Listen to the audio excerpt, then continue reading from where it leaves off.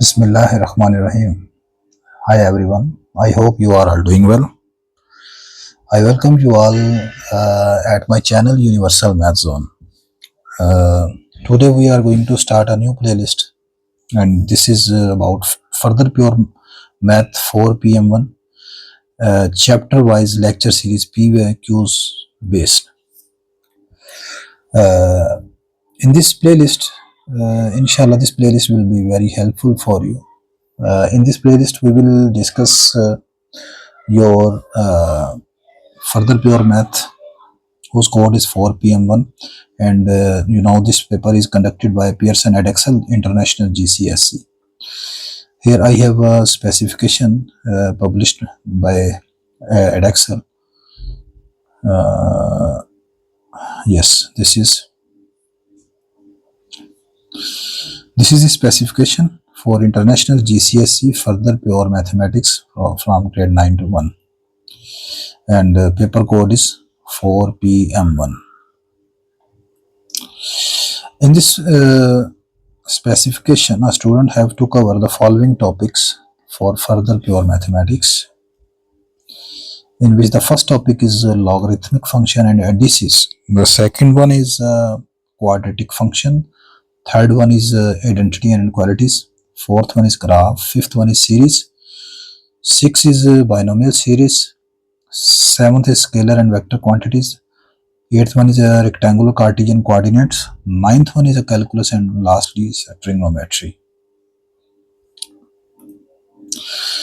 I have planned that inshallah in a single lecture I will discuss one chapter completely.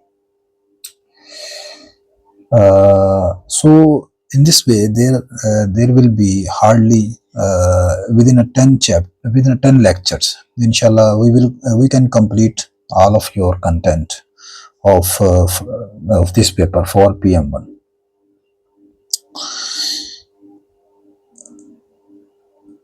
So in today's lecture we are going to start your first chapter, that is the logarithm.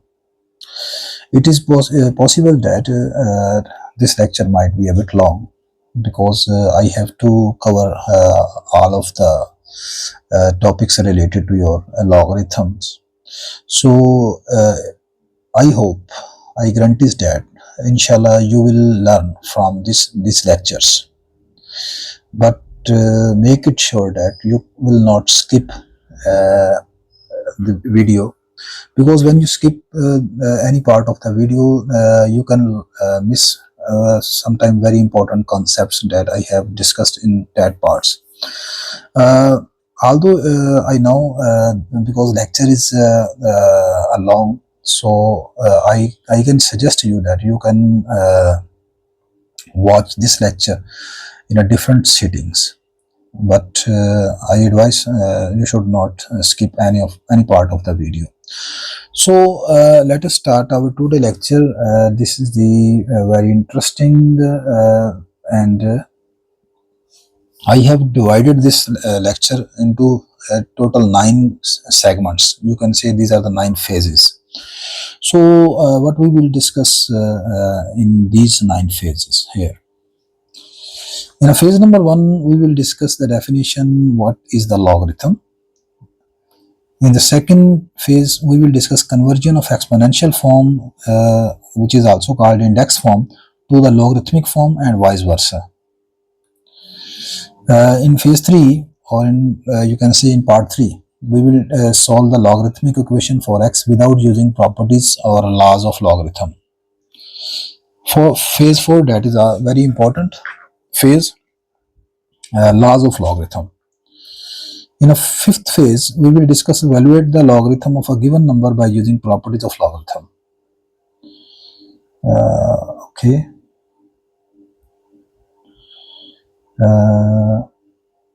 Yes. In the sixth one, solution of logarithmic equations. How can we define logarithmic equation? Phase 7, concept of anti-logarithm. And the next one is, in the phase 8, we will discuss about the graph of logarithmic function and its inverse function. and the last we will discuss solution of PYQs. So these are the 9 phases in which I have divided your complete chapter, so possibly it will take time. So let us discuss the first phase. What is the logarithm? Firstly, I forgot to introduce myself. My name is Azmat Ali, and currently I am working as a lecturer in mathematics at a government Shalimar Graduate College, Lahore, Pakistan since 2015. Although I have been teaching since 2002, but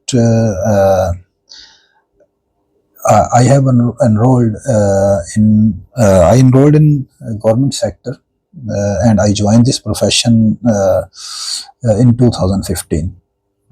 And inshallah, nearly I am going to promote as assistant professor of mathematics. So let us start. What is logarithm? What is the concept of logarithm?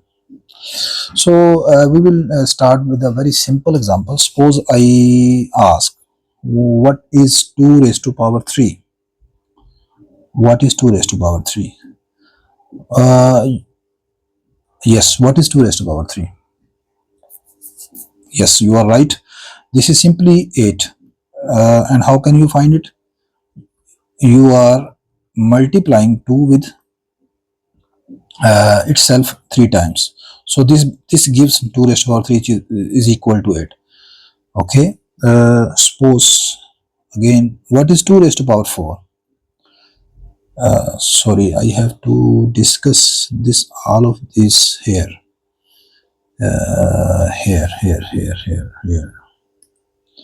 So I have to discuss here. 2 raised to power 3, this is equal to 8. 2 raised to power 4, this is equal to 16. What is 3 raised to power 4? This gives us 81. Now I ask, I want to find the logarithm of 8 at base 2. Now you have to think that which power of 2 can gives us 8? Which power of 2 can gives us 8? Clearly this is 3. This is 3. Again, suppose I ask, I want to find the logarithm of the number 16 at base 2. Now again you have to think which power of 2 can give you 16. Clearly here number will be 4. This is equal to 4. Suppose I want to find the logarithm of 81 at base 3. Again you have to think which power or exponent of 3 can give you 81. Clearly this power will be 4. So you can notice that these are the equivalent forms. These are two equivalent forms. Actually, this side represents the exponential or index form, while thus this side on the right hand side is logarithmic form of a number. Logarithmic form of a number. In both of these forms, you can observe that one thing is important, one thing is common. The common is this number 2 is called base, and here base is also 2. So base will be same in both of the forms. What will be interchange? When we take 2 raised to power 3, it gives answer 8. And in logarithm, we are interested to find the log of this answer 8. at what power? 3. This is 3. So actually when you take logarithm of this number, that is 16, this will be equal to this exponent, that is 4. Again when you take logarithm of this 81, it will give answer 4. Some more examples we take. Suppose I want to calculate log 100. First of all, here and here, the number here is called base. This number represent the number whose logarithm we have to find. So suppose I have to find the logarithm of 100 at base 10. You have to think which power of 10 can give you 100. Clearly? Yes, exactly. This is number 2. Because 10 square can give you 100, so its answer is 2. Let's we take more examples. Suppose now I want to find the logarithm of 1000 at base 10. So now you have to think which power of 10 can give you 1000. Yes, clearly this will be 3 because 10 raised to power 3 is equal to 1000. Suppose I want to find log of 81 at base 9. You have to think which power of 9 can give you 81. Clearly this is 9 square is equal to 81. So its answer will be log of 81 at base 2 is equal to 2 here. So I hope now you have a clear understanding about index form and logarithmic form. Now regarding this logarithmic form, we have to understand some more important things. Suppose I ask what is the logarithm of 1 at base, suppose this is my base is 7. Yes, now you have to think which power of 7 can give you a 1. You know this is 7 raised to power 0 can give you a 1. So log of 1 at base 7, this is equal to 0. Again, suppose I want to find log of 1 at base 100. Which power of 100 can give you a 1? Clearly 100 raised to power 0.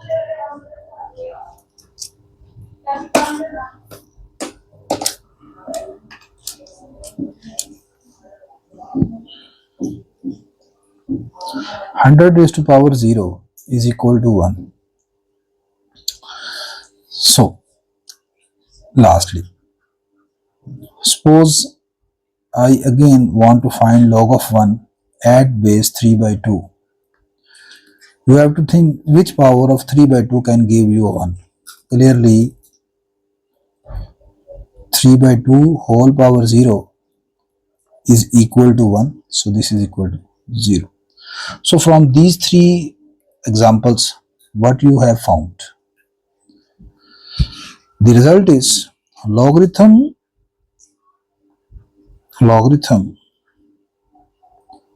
of 1 at any base, any suitable base,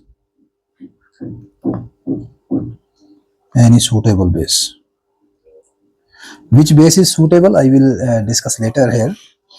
So logarithm of 1 at any suitable base is always 0. So this is one of first key point that you have noticed. Logarithm of 1 at any base is always 0.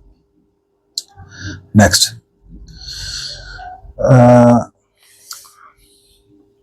suppose I want to find log of 8 at base 1.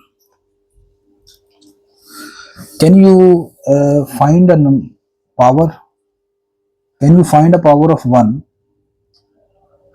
that can give you 8? Is there any power?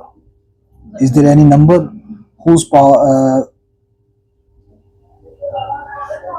for which 1 raised to power that 1 raised to power that number can give you 8? No, there does not exist any number. So log of 8 at base 1 doesn't exist, does not exist. Or in other words, you say this is not possible. You cannot find any exponent of 1 that can give you 8. Suppose again you want to find an exponent of 1 that can give you 100. Is it possible? No, this is again not possible. Again not possible. Move towards now. Suppose now my base is 0. Can you think a number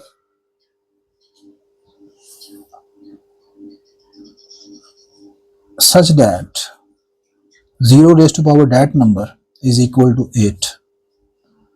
Does there exist any number that can satisfy this?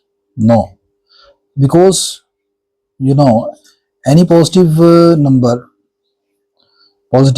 that you put here, 0 raised to power that number cannot be equal to 8. This is not possible. Again, this is not possible. Again, this is not possible. One more example. Suppose I want to find log of 8 at base minus 1. Can you think any number that can satisfy this? Minus 1 raised to power that number is equal to 8. Does there exist any number that satisfies this equation? No, not possible. Not possible. So from these 3 examples, this is first in which base is 1, this is also base 1, this is base 0, this is base minus 1. From these 3 examples, what can we conclude here?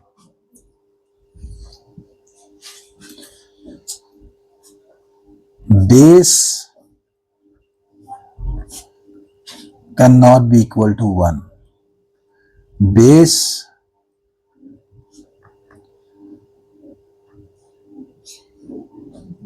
cannot be equal to 0. Base cannot be negative.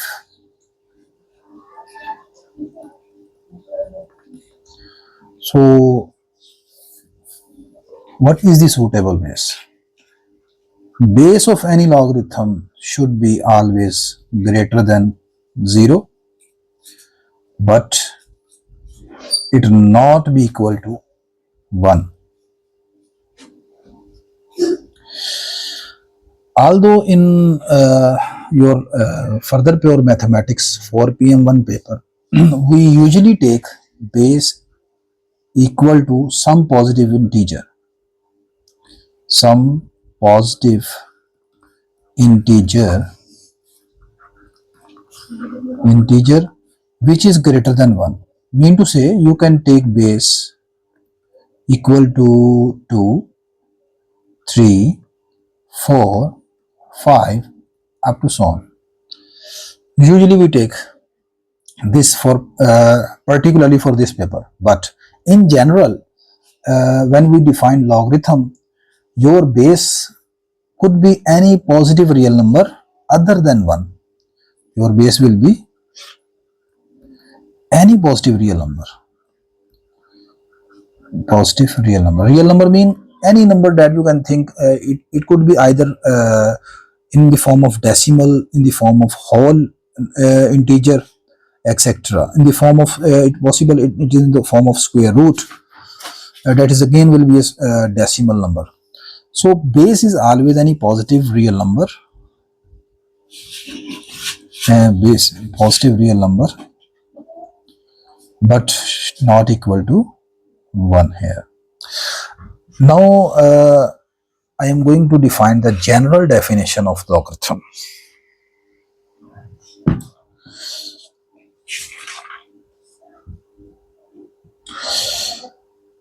One more thing before going to discuss the general definition.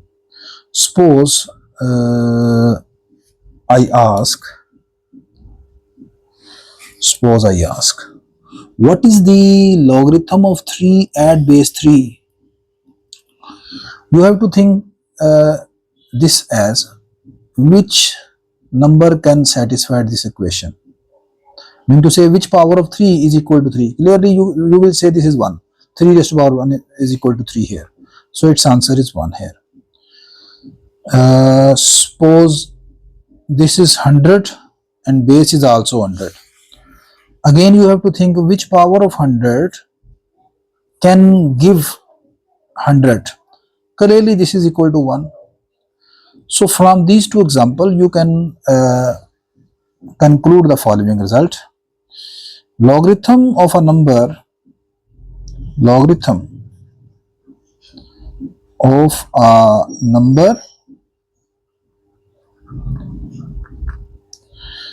with same base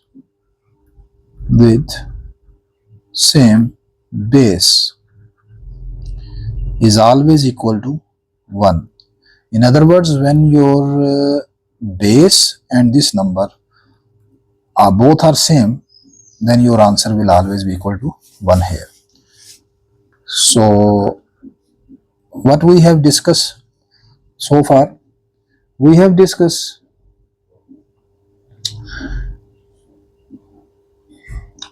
your base cannot be equal to 1, your base cannot be 0, your base cannot be negative. Your base is always any positive real number but should not be equal to 1. This is the key point. The second key point is logarithm of 1 at any base, suitable base. And what is suitable base? Now you have a clear understanding about this. Logarithm of 1 at any suitable base is always 0 here. And last, the third point, when your number and your base is always same, then logarithm is always equal to 1. Now we are in position to discuss the general definition of logarithm. Okay, I should change the color.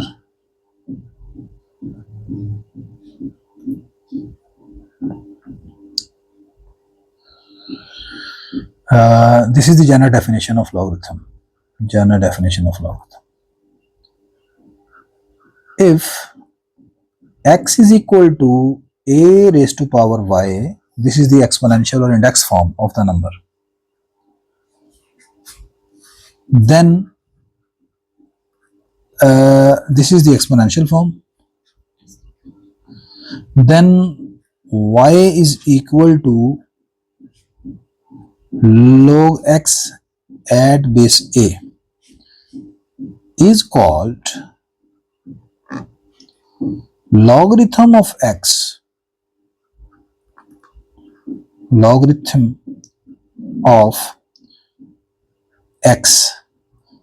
at base a, where these are some important assumptions that you have to must write in the definition, where your x, the number whose logarithm you have to find, this should be always greater than 0. If you put here the number negative or 0, then logarithm is undefined. So your number should be always greater than 0. Answer of logarithm, that is represented by y. Answer of logarithm, that is y can be any real number. It could be negative, positive, both. Your base a is always greater than 0 but not equal to 1, and a is a real number. A belong to R. R means set of real number. Real number mean any number that you can think, that you can write. Either it in point, whole number, negative, positive, all of the numbers are real numbers. So this is the definition of general definition of logarithm. The number y is called logarithm of x. Now we discuss some more things are pending here. Not. As you can take base any positive real number other than 1, if in a logarithm your base is 10, then y is equal to log base 10 is called common logarithm. This is called common, and other name is after the mathematician who introduced this, Henry Briggs. And in short form this is called common or Briggs logarithm.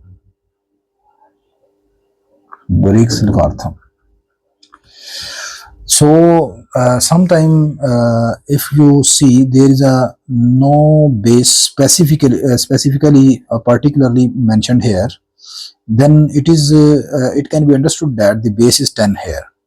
Like this here, there is no base specifically mentioned here. So you can take this is a base 10 and this is a common logarithm, and it is denoted by log of x, and sometime it also denoted by LGX, log of x.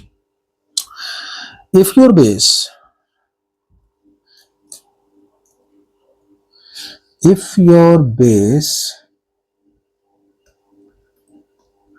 A is equal to E. What is E? E is actually a rational number.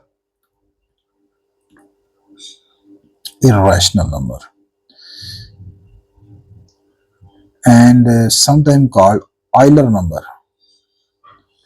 Euler was a great mathematician. So with his name, it is called, due to his name, it is called Euler number, because he introduced this. So it is an irrational number. Its value lies between 2 and 3. The value of E lies between 2 and 3, and E is approximately equal to 2.72. So if your base is E, then the logarithm log at base E, log of x at base E, it is denoted by ln x, and this logarithm is called natural logarithm. Natural logarithm, or also called John Napierian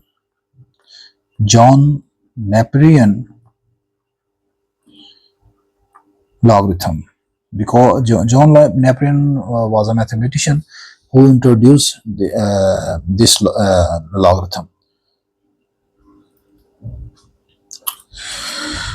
Okay, and this completes our phase 1.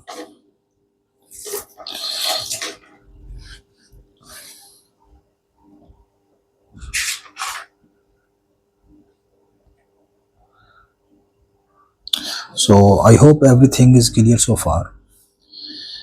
Next we move towards our second phase. What is our second phase here?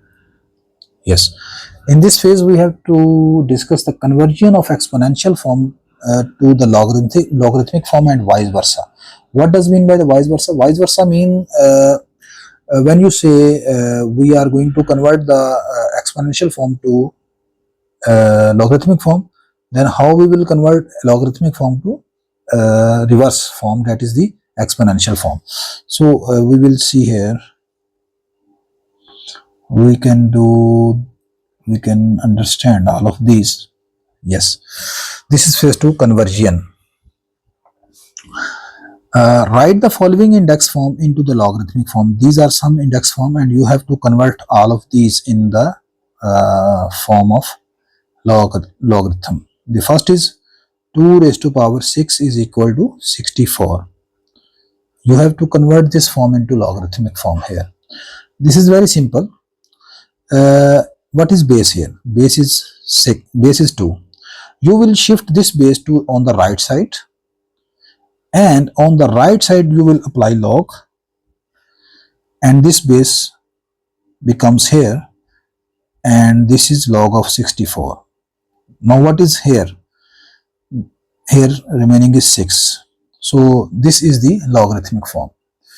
I again repeat, the base is 2 here. I will move this 2 on the right side, and we apply here logarithm of 64. So this is the logarithmic form of this form, and you can verify that. What does this it represent? It represent, you have to think which power of 2 can give 64. This is exactly equal to 6. It means you have write it well. Suppose mistakenly you write it as, suppose you write 2 here and write 6 here. This is equal to 64.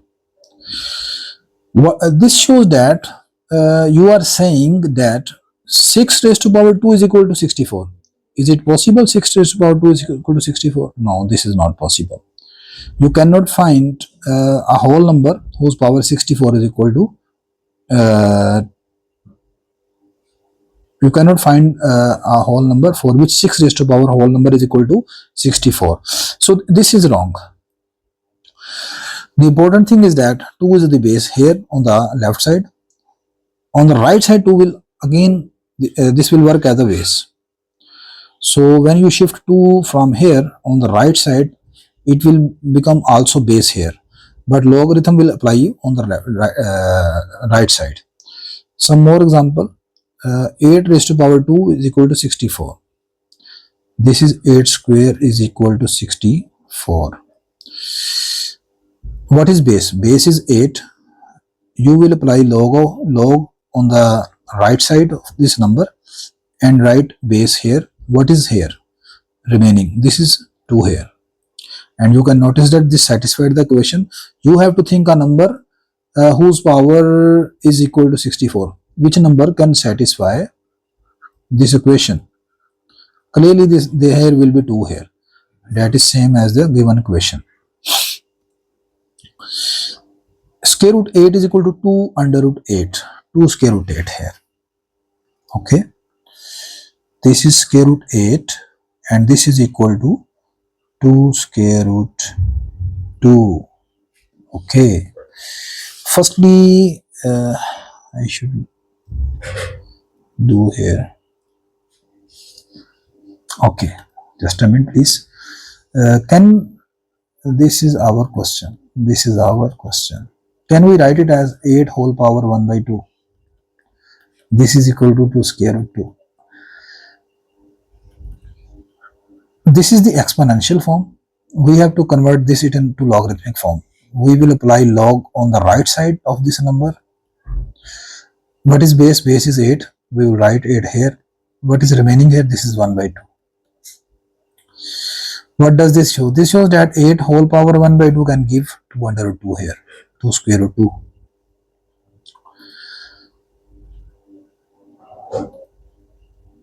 Okay. Next one is a raised to power 9 equal to b. A raised to power 9 equal to b. A raised to power 9 is equal to b. Yes. What is base? Base is a. We will take logarithm of the right side b. Right here a. What is remaining here? This is 9. And it completes our question. The next one is last one, x raised to power 5 over 7 equal to y. X raised to power 5 over 7 is equal to y. What we will do? We will take here log of the right side. What is base? Base is x here. What is remaining here? This is 5 by 7. Remaining is always the exponent. This is the key point. Remaining is always an exponent. So it completes the first part in which we write exponential to logarithmic form. Next we discuss write the following logarithmic form into index form. These are the logarithmic form and we have to convert them into index form or exponential form. This is log 49 base 7. Log 49 base 7 is equal to 2 here. What will we do? We will take this 7 on the right side. 7 is a base here. Again 7 will be base on the right side. This becomes 7 square. And what is remaining here? This is 49. And we will remove log sign here. So this becomes 49 equal to 7 square. If you have done it correctly, then 7 square should be equal to 49. Mean to say your left and right side will also always will be equal. And you can verify that 7 square is equal to 49. The next is log of 256 base 4 is equal to 4. What will we do? We will shift this base 4 on the right side. This become 4 whole power 4, and what is on the left side? This is 256, and we will remove logarithm sign. Log of 1 by 8 at base 2 is equal to minus 3. Yes, this is interesting. Log of 1 by 8 at base 2, this is equal to minus 3, and we have to write it in exponential form here. Okay. What will we do? We will shift 2 on the right side. This become 2 raised to power minus 3, and on the left side we have now 1 by 8, and we will remove logarithm sign here.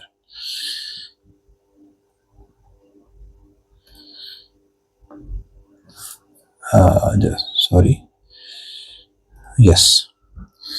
This is log of b at base c is equal to d. Log of b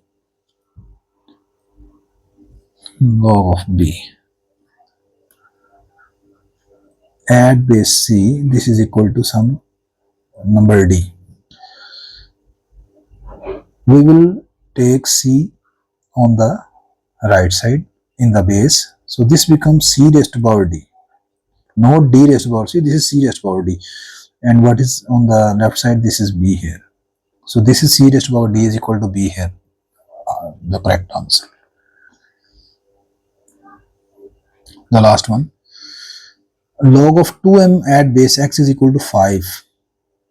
Log of 2m at base x is equal to 5 here.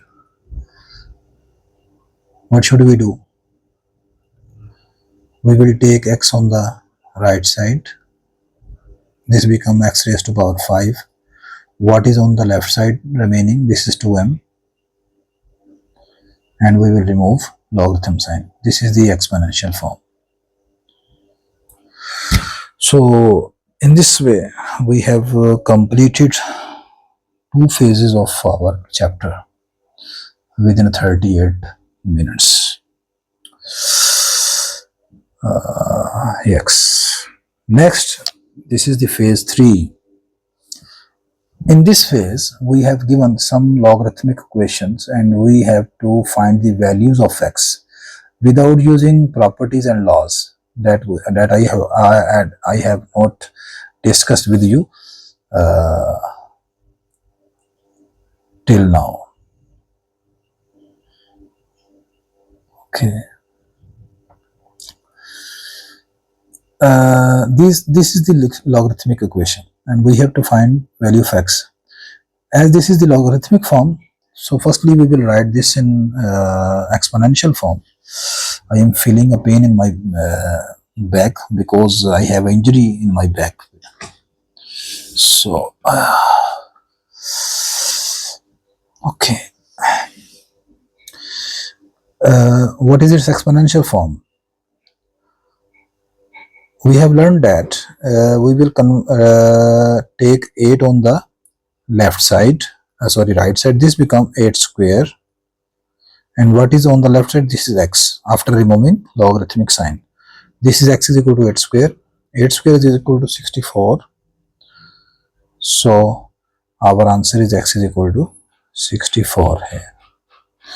And you can verify that it with a very simple way. If you substitute x here, this becomes log of 64 at base 8. Now you have to think which power of 8 can give you a 64. Exactly, this is 2, and that satisfied our equation. Log of x at base 3 is equal to -1, and we have to find value of x here.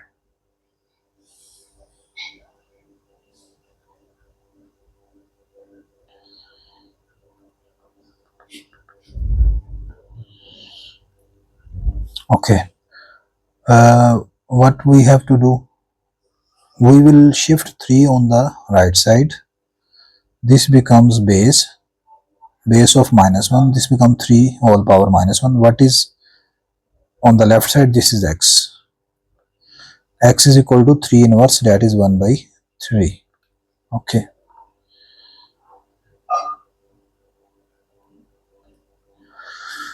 Log of 8, now base is our x. This is some way complicated form as compared to the first. Now base is a variable.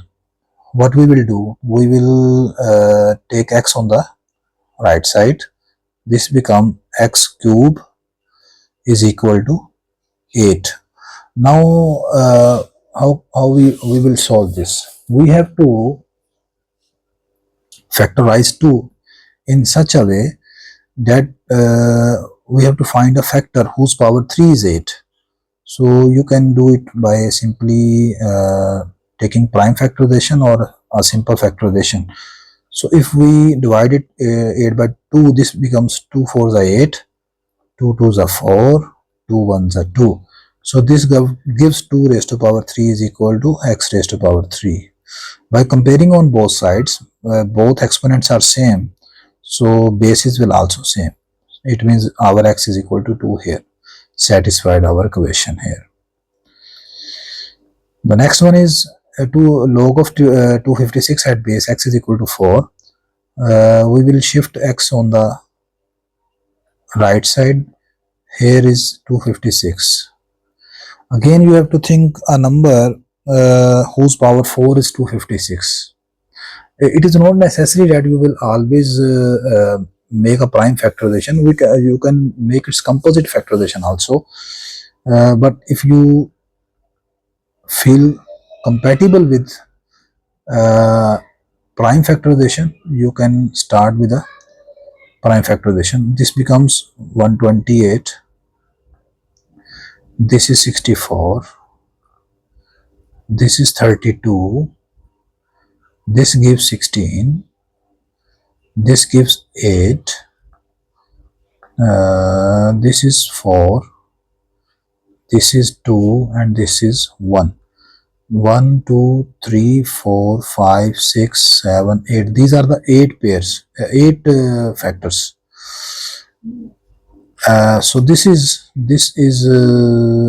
2 raised to power 8 is equal to x raised to power 4. But I want power 4. Can you write it as 2 square whole power 4 x raised to power 4? This is equal to 4 raised to power 4 actually. By comparing on both sides, we give x is equal to 4. So in this factorization, you can directly divide it on 4 here. This will work. This is 64. This is 16. This is 4. This is 1. So these are the 4 times 4. Next, now x is on this side. We shift this base 2 on the right side. This gives 8 is equal to 2 raised to power x. What is base? Now base is 2 here. We have to divide 8 must by 2. So 8, when you divide 8 by 2, this gives 2 raised to power 3 is equal to 2 raised to power x. By comparing on both sides, this gives x is equal to 3 here. The next one is log of 65 at base 5 is equal to 2x, and we have to find 2x. We have to find value of x here. This is 625. We shift this 5 on the left side. This gives 5 raised to power 2x. Now base is 5, so we will divide this number 625 by 5. So this is 625. When you divide 5, this becomes 125 here. Again, this is 25. This is 5, and lastly this is 5 raised to power 1. So this is 5 raised to power 4 is equal to 5 raised to power 2x. By comparing on both sides, this gives 4 is equal to 2x here. Cutting 2 on both sides, this gives x is equal to 2. So this is our required solution. Okay. So this is the very interesting phase. So firstly I should save this video.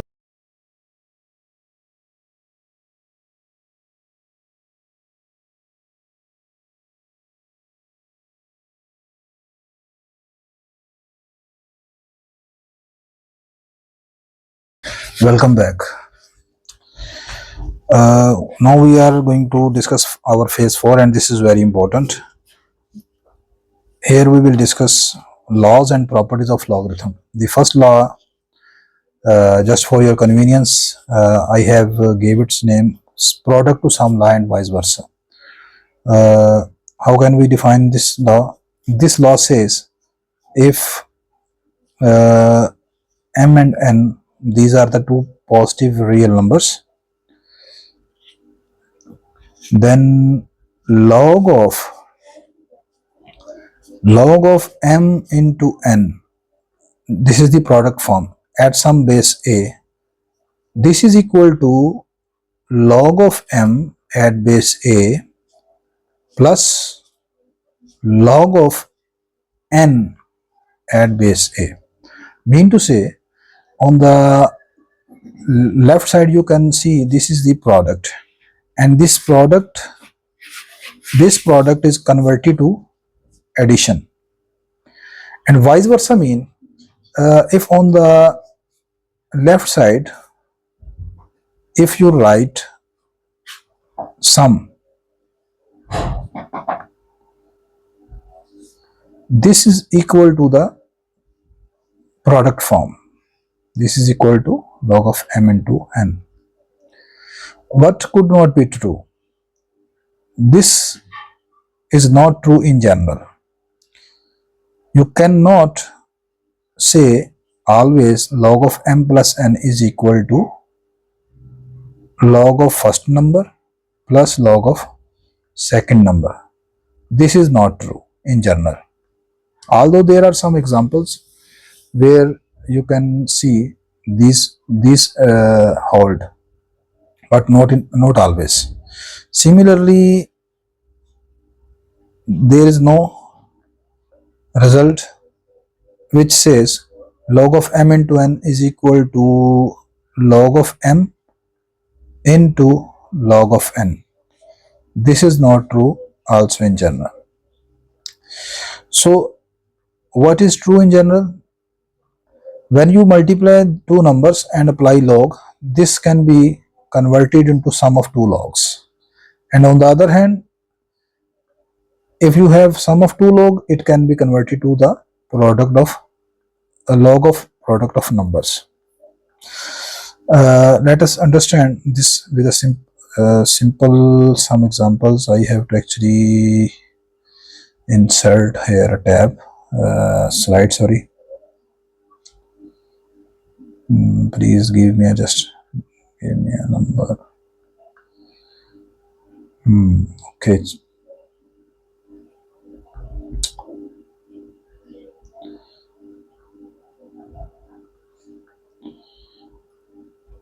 Okay. Suppose I have log of 10 into 1000. I want to calculate this. If no base is mentioned here, it means base is 10 here. This can be converted as log of the first number at base 10 plus log of the second number at base 10. This is the law that we have discussed. We can verify this law by simplifying both of the sides. If we take left hand side and we solve it, what is 10 into 1000? This is 10,000. This is 10,000 at base 10. Now you have to think which power of 10 can give a 10,000. Clearly this gives 4, because 10 raised to power 4 is equal to 10,000. So its answer is 4 here. Now if you solve the right hand side, which is log of 10 at base 10 plus log of 1000 at base 10, we have discussed that if the number and the base is same, then answer is quickly equal to 1 here. Plus, which power of 10 can give you 1000? This is 3. You can observe this is equal to 4 here. So you can see here this result hold. Now this is your assignment, that although these properties does not hold in general, but I want that you find 3 numbers, say these are A, B and C, and these 3 are all a positive real number. None of them is negative. Log of A plus B plus C is equal to log of A plus log of B plus log of C. So this is your assignment. I said that this property does not hold in general, but there are some real numbers for which this property can hold. You have to find one of the particular example in which log of A plus B plus C is equal to log of A plus log of B plus log of C. This is your assignment. I will wait of your answer. Okay. So one more thing that is very important. Just a minute, please.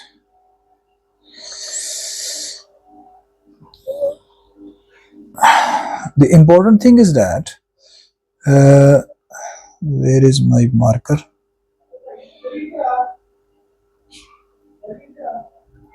Okay. The result of logarithm that we discuss here, log of m into n at some base a, this is equal to log of m at base a plus log of n at base a. This result is not valid only for 2 numbers. You can generalize this result for any numbers. For example, if we have 3 numbers, say this is x, y, z. These are the 3 positive real number.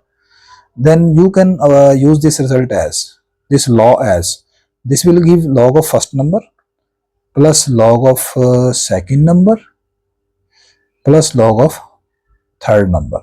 So you can generalize this result to any number of real numbers here. The next one is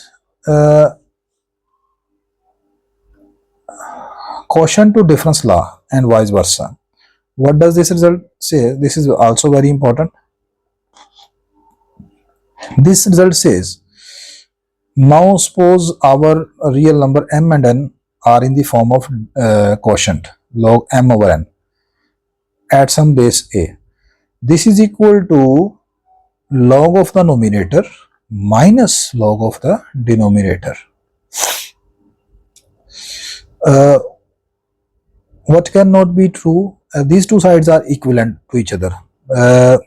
If you take quotient, then it will be converted to the difference. If you take difference, then it will be converted to the quotient here. So result is true from both sides.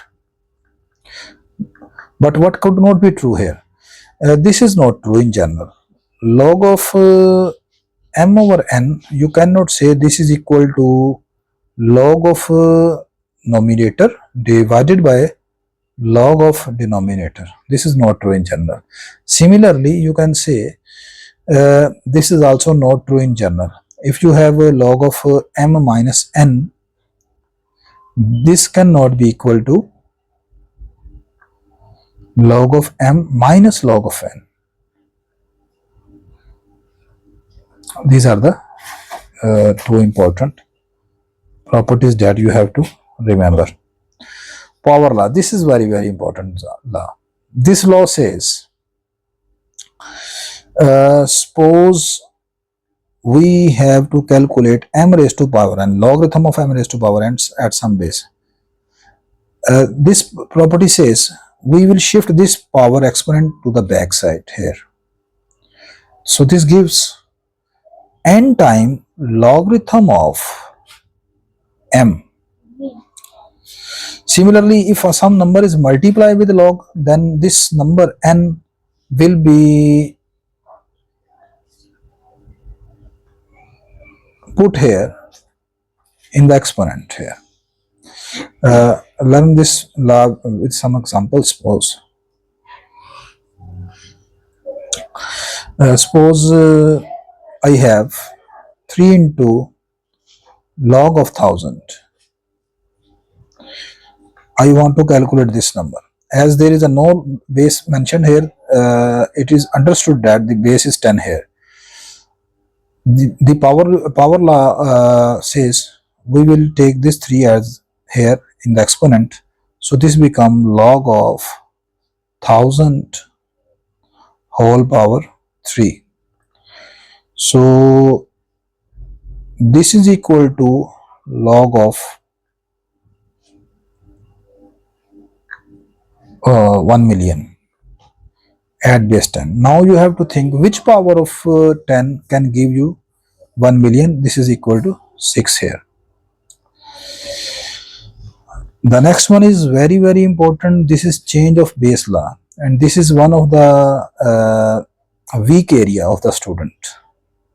Students often I have observed that students feel very weakness to absorb this law. Okay, just a minute, please.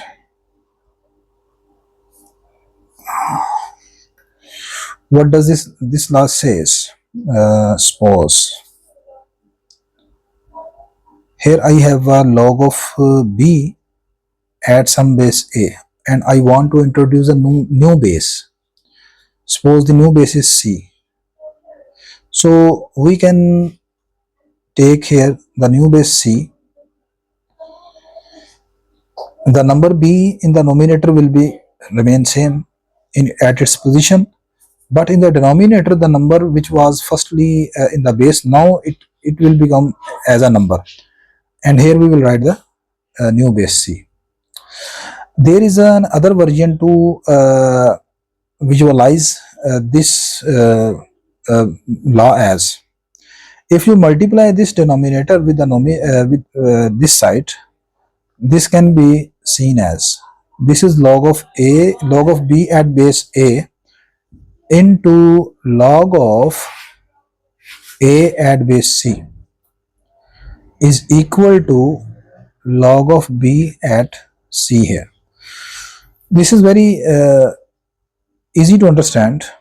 If you see here, which number is common in on the left side? This is a, which is common in both logarithm.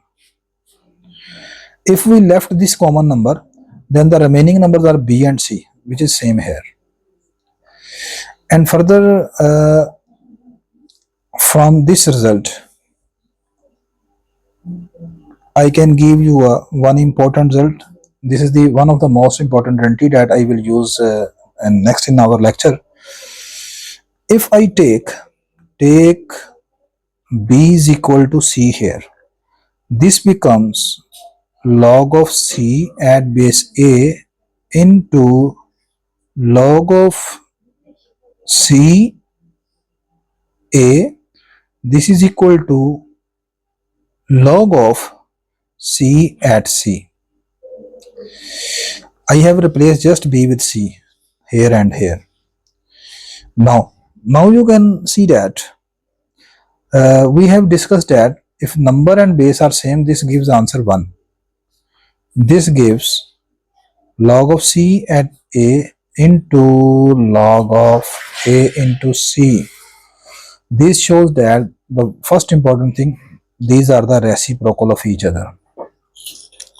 Can we write it as after dividing this number, we have log of C at base A is equal to 1 over log of A at C.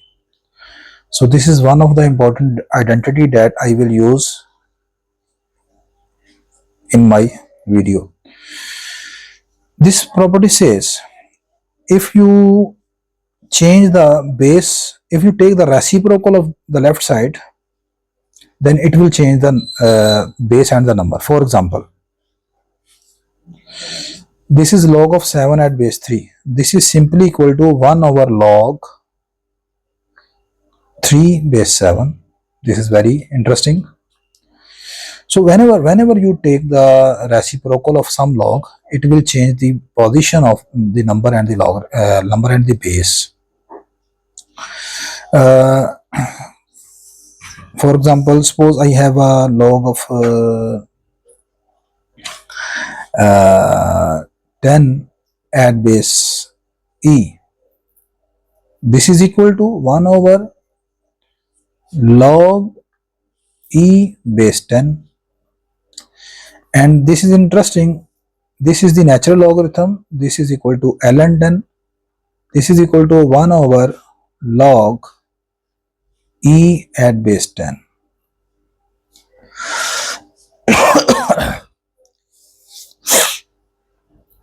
Sometime you will also observe that here on the left side we have a logarithm in the form of log, while on the other side we have expression in the form of natural logarithm. How can we find this expression? Suppose this is log of 7 at base 3. This is equal to log of 7 and this is log of 3. Sometime you will see here. How can we obtain this side? This is simply the use of this change of base log. What I have done here, I have just introduced a new base. This is log E7. In the denominator also I have introduced new base of 3. As I discussed earlier, the logarithm whose base is E is denoted by natural logarithm. So this is ln 7 and this is ln 3 here. One more thing, that this result, that is change of base, can be generalized for any number of bases here. For example,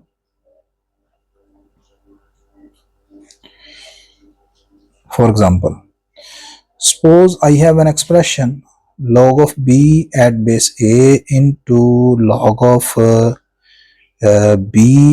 log of C at base B into log of D at C. This product will be equal to, what we will do? We will just cancel the same number B. This is the short trick actually. C with C. Now remaining are A and D.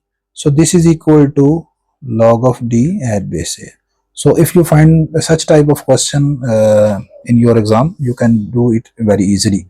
We can practice it with some numerical examples. Suppose I have a log of 10 at base 7 into log of 17 at base 10 into log of 3 at base 17, and I have to calculate the answer. You can modify this result for any number of logarithm.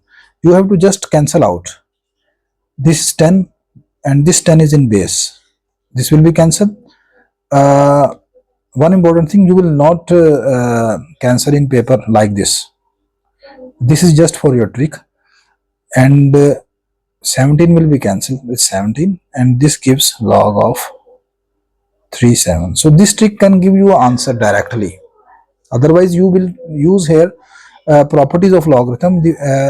Here you will use the property that these two numbers are reciprocal of each other, because by using this result that we discuss here, this result here, when numbers and the bases are reciprocal of each other, then their product is equal to 1. So by using this result, you can see this is equal to 1, and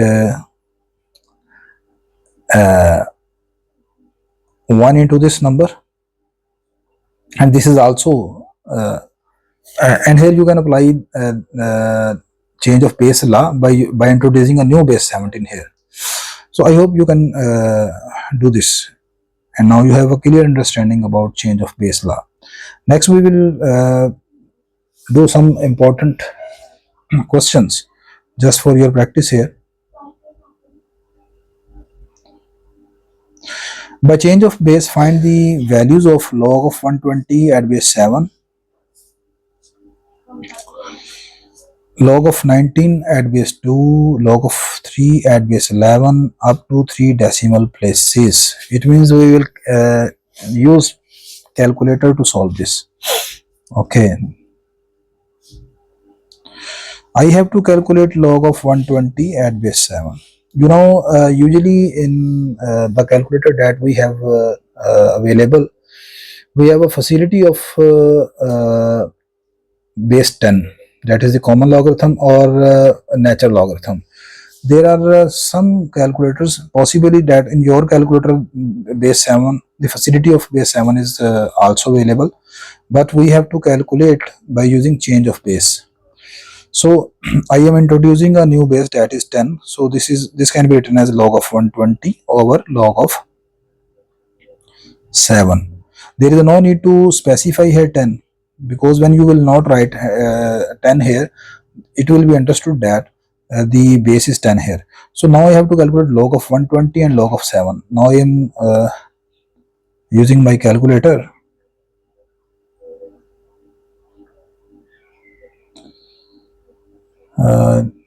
Sorry, just a minute please. This is log 120, and this gives 2.0799 up to 3 decimal places, 2.079 over. Next I have to calculate log of 7. What is log of 7? This is log of 7.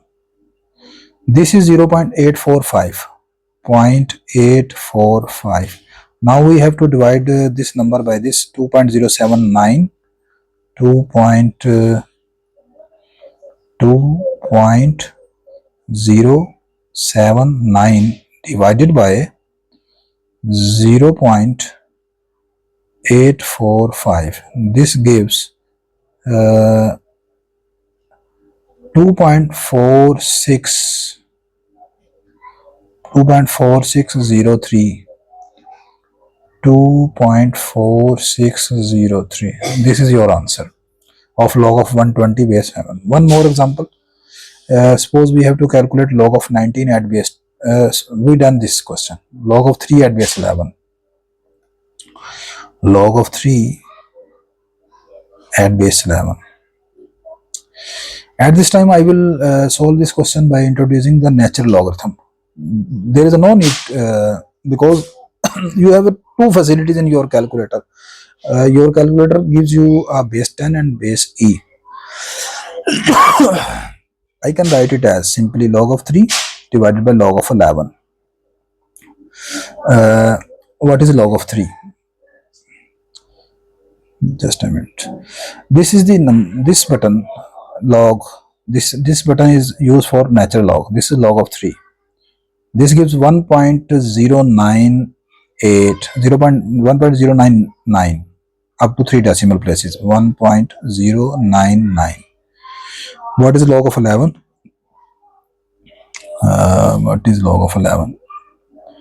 This is 2.3 2.398 398, and now I have to divide 1.099 divided by 2.398, 0.458, 0.458. So this is the answer of log 3 at base 11. So now I hope you can calculate any number, logarithm of any number at any base by using this property. Next, we have some important problems in which we have to express each of the following as a single logarithm and simplify. First, I save this.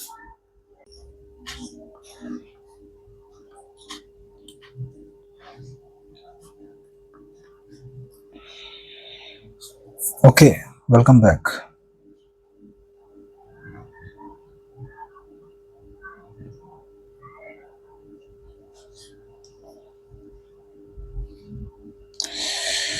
We have to write this difference form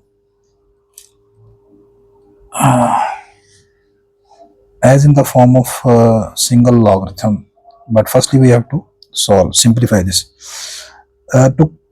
Here we will use the second property of logarithm, second law, which says if we have a difference of two logarithm, it can be converted as in the form of quotient. But the first and the most important thing is that you have to check whether base is same in both parts. Yes, in both terms base is a.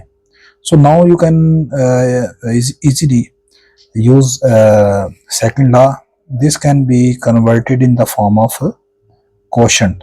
So this is equal to here 2 is multiplied with this number. So first we will use third law. So this is equal to log of 8 minus, here we will use third law, 2 will be shifted to the power of 4. So this become log of 4 square. So this is log of 8 at base a minus log of 16 at base a. Now both bases are same and there is a no number that is multiplying with any of these two logarithms. So now you can freely divide them. 8 by 16, not 16 by 8. The first logarithm is 8, so 8 will be in the numerator and 16 will be in the denominator. So this is equal to log of 8 to the 16. This is log of 1 by 2 at base a, and this is your final answer. Yes, here we have 3 logs, but 2 is multiplied with this log, 3 is multiplied with this log. So firstly we shift this to in the exponent of 5. So this can be written as log of 5 square minus, this 3 will be shifted here, log of 2 raised to power 3 plus, and we will write it as same. Now this is log of 5 square, this is 25 base x minus log of 8 at base x plus log of 4 at base x. Now in the first two terms we will use the difference law. As these two logarithms are in the form of difference, so they can be converted into form of quotient. But the first important thing is you have to notice Are their bases same? Yes, bases are same.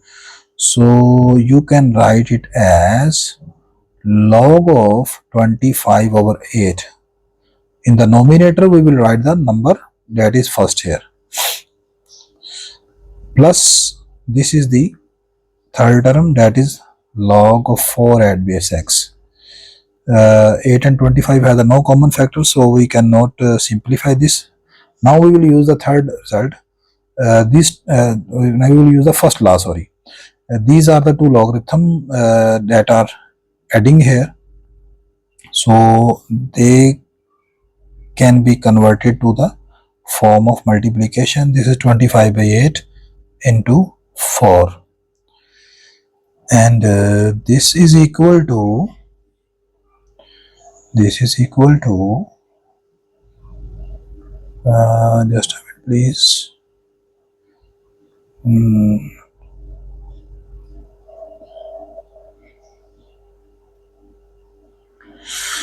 This is equal to log of 25 by 2 at base 4. Okay, this is the third question. Here the expression is in the form LG. LG means logarithm of base 10.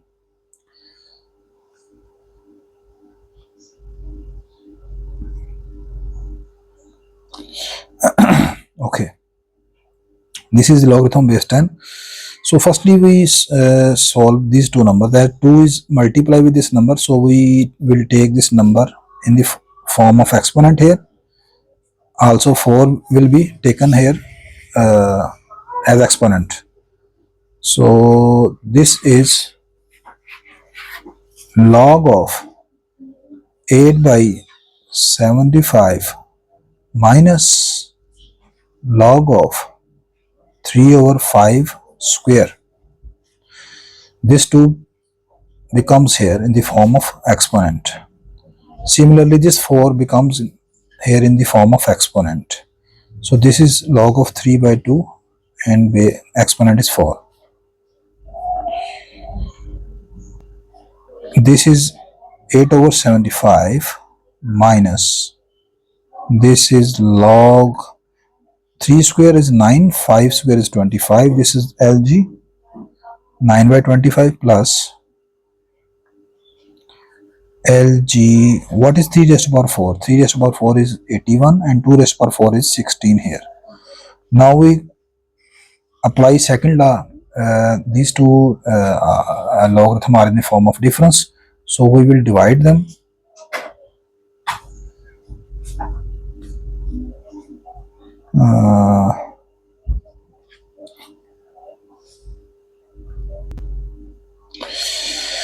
Okay.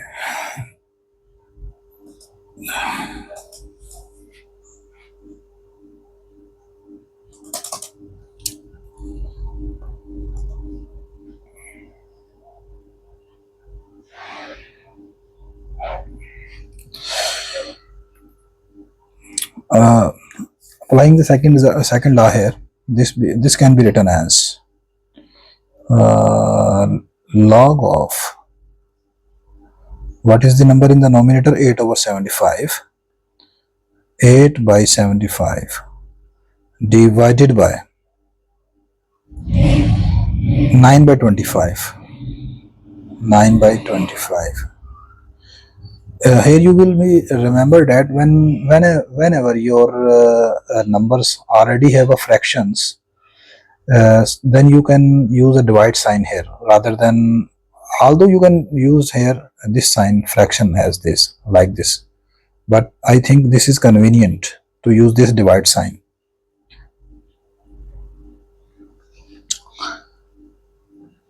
Plus log of 81 over 16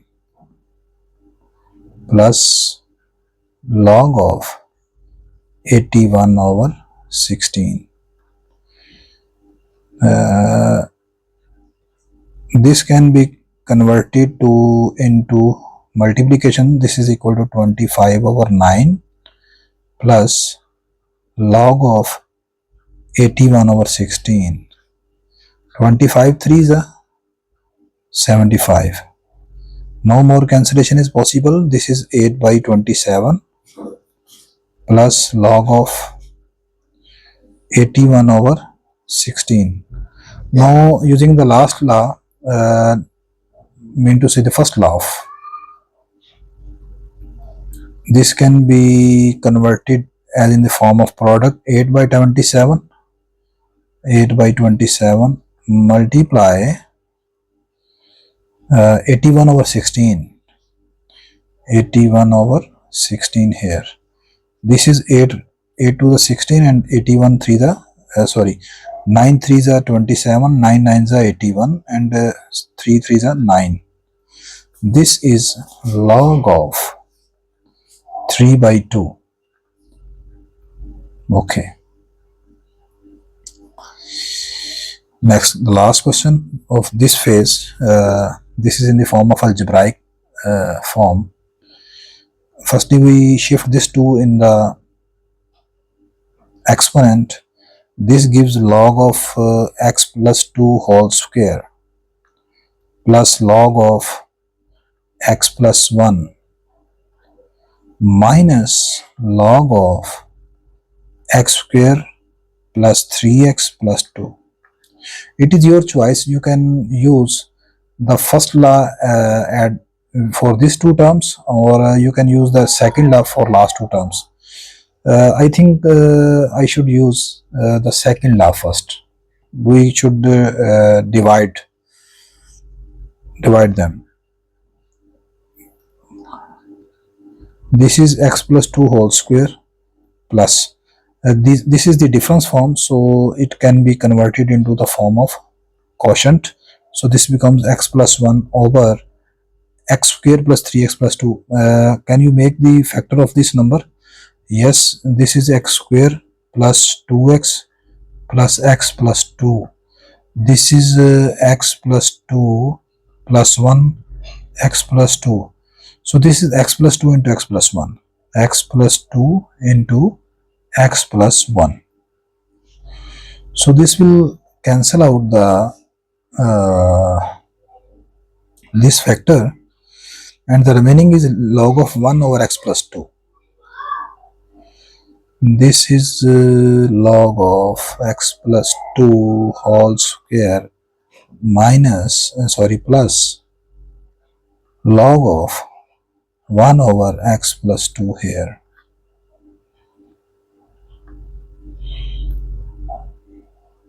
Yes. Okay.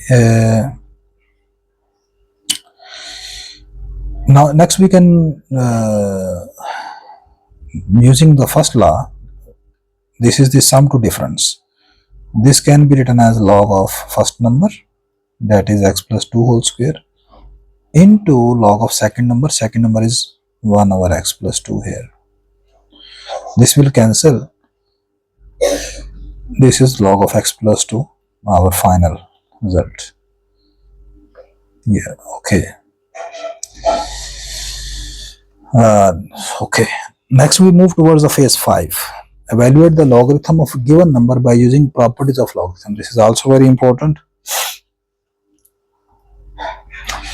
I hope so far we have discussed, you have a clear understanding of these concepts. If you find any difficulty, you can contact me at my mail address that I have shared at the start of video, and you can leave a message. Inshallah I will reply you. Further, if you want any personal assistance, online, offline, you can contact me. Okay, this is very important question. We have given that log of 3 at base a is 0.477 and log of 5 at base a is 0.699. Evaluate the following. We have to calculate log of 15 at some base a. So log of 15 at some base a. What is given? This is 3 and 5. So firstly we will break 15 in the form of 5 and 3, because we have given the value of log of 5 and log of 3. What is the factorization of 15? This is 3 into 5. Now using the first law, that can convert this product into form of sum. This is log of 3 at base a plus log of 5 at base a. Okay. What is log of 3 at base a? This is given 0.477. This is 0.477. And what is log 5? This is given 0.699. 0.699. Now you can add this 9, 7, 16, 9, 7, 16 and 17, 6, 4, 10, 10 and 11. This is 1.176. The next question is log of 3 into square root 5. This is not a cube root of 5. This is actually 3 into square root 5. So you can write it as, this is the form. So can you write it as log of 3 at base a plus log of square root 5 at base a. Are you enjoying from my lecture? So if you're enjoying, please like, share and subscribe my channel. Inshallah, I will make this thing very easier for you. And if you join me, inshallah, you will get your highest grade, grade 9. Log of 3 at base. Can we use this is log of 5 whole power 1 by 2 at base a. We will take third law of logarithm. We shift 1 by 2 in the start or back, so this becomes log of 5. So this is 1 by 2 log of 5 at base a. Now by using the given values, log of 3 is equal to 0.477. So this is 0.477 plus 1 by 2. What is log 5? Log 5 is 0.699. 0.699. Now what we have to do here, we will divide 0.69 by 2 and then we will add. So I am using the calculator. 0.699 divided by 2, and in the start we can add this term 0.477 plus. Yes, okay. This gives us 0.8265. Now I off this calculator. Okay, this is log of 0.6. We have to break this number in such a way that we can involve 3 and 5. So firstly we remove its decimal sign. Can you write it as 6 by 10? Further, can you write it as after cancellation, this is 2 3s are 6 and this is 2 5s are 10. 3 by 5. By using the quotient rule, this is equal to log of 3 minus log of 5. What is log of 3? This is 0.477. 0.477 minus what is log of 5? Log of 5 is 0.699. 0.699.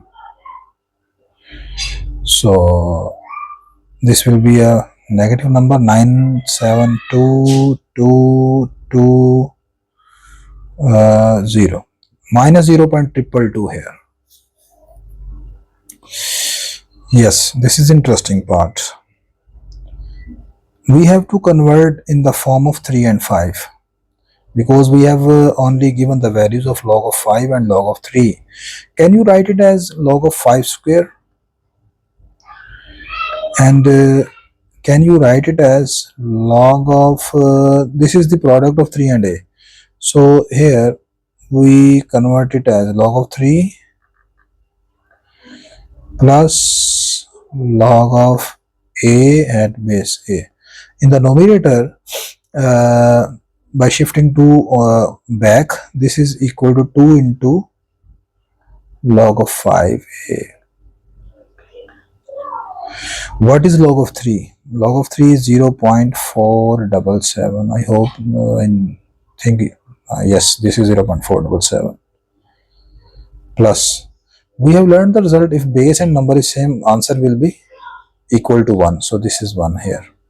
What is log of 5? This is 2 into log of 5, 0.699. So next we use calculator. This is fraction 2 into 0.699 divided by 0.477 plus 1. Yes, this is 0.947 approximately. Phase 6. This is very important. Now we will discuss logarithmic equation. So firstly we define, how can we define the logarithmic equation? Are you feeling well or are you boring? An equation that contains a logarithm of a variable quantity is called logarithmic equation. Logarithmic equation can be generally be solved by using the following property. This is very simple. This definition says if your equation have a logarithm of some variable, involve logarithm of some variable like just a minute please.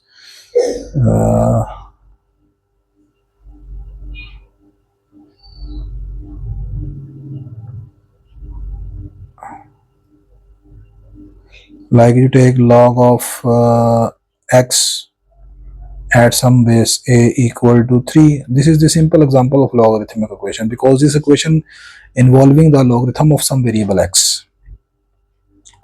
Okay, logarithmic equation can generally be solved by using the following property. This is I think that yes, this is the property. This property says that two logarithms are equal if and only if. This sign is called if and only for vice versa. Vice versa mean two logarithm are, if you say two logarithm are same, this is possible then when your number are same, these. And conversely, when you say these two numbers are same, then their logarithm will be same. That is, the two logarithm of the same base will be equal if their number are equal and vice versa. For example, we have an equation this, and we have written that these two logarithm are equal. This is my first logarithm on the left side, and this is my second logarithm on the right side. As the left side involving the variable x, this shows that this is a logarithmic equation. This logarithmic equation shows two parts. This is the first part left and this is the right part. Both parts are equal. So according to this property, if two logarithm are equal, then the corresponding number will be equal. So this is simply, we will take these two numbers x plus 1 from the left side and 4 on the right side, take they are equal. So this is simply a linear equation. So from this we have x is equal to 3.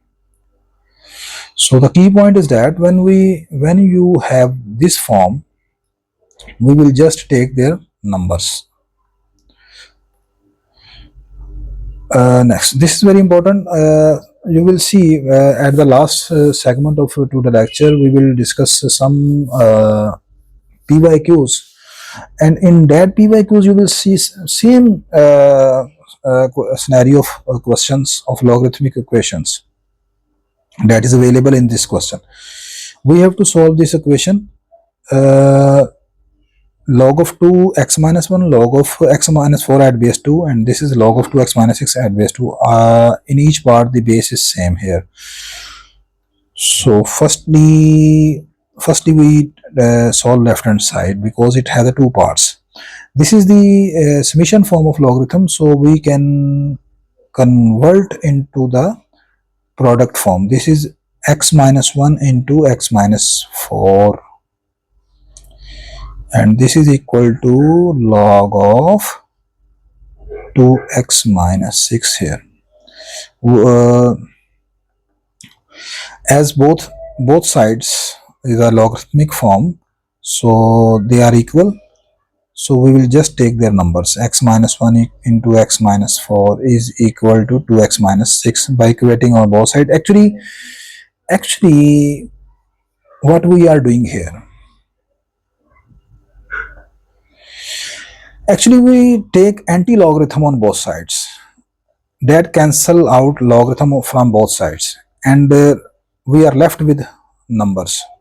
Because I have not discussed yet and the concept of anti-logarithm, that's why I am not using the word anti-logarithm still now. So the property I am using, just the property that I have discussed above, which says if two logarithms are equal, then their numbers are equal. This is the very simple story. Now multiply this side, this becomes x square minus 4x minus x plus 4. This is equal to 2x minus 6. This is equal to 2x, sorry, this is equal to x square minus 5x plus 4 equal to 2x minus 6. Shifting 2x and minus 6 on the left side, this becomes minus 5x minus 2x plus 4 plus 6, and this is equal to x square minus 7x plus, this is equal to 0, plus 10 equal to 0. This is a quadratic equation. So by using middle term break method, x square minus 7x plus 10 equal to 0, this becomes x square minus 5x minus 2x. I hope you have a clear understanding of how can we break the middle term, and you are convenient for this method. Otherwise you can use the quadratic formula.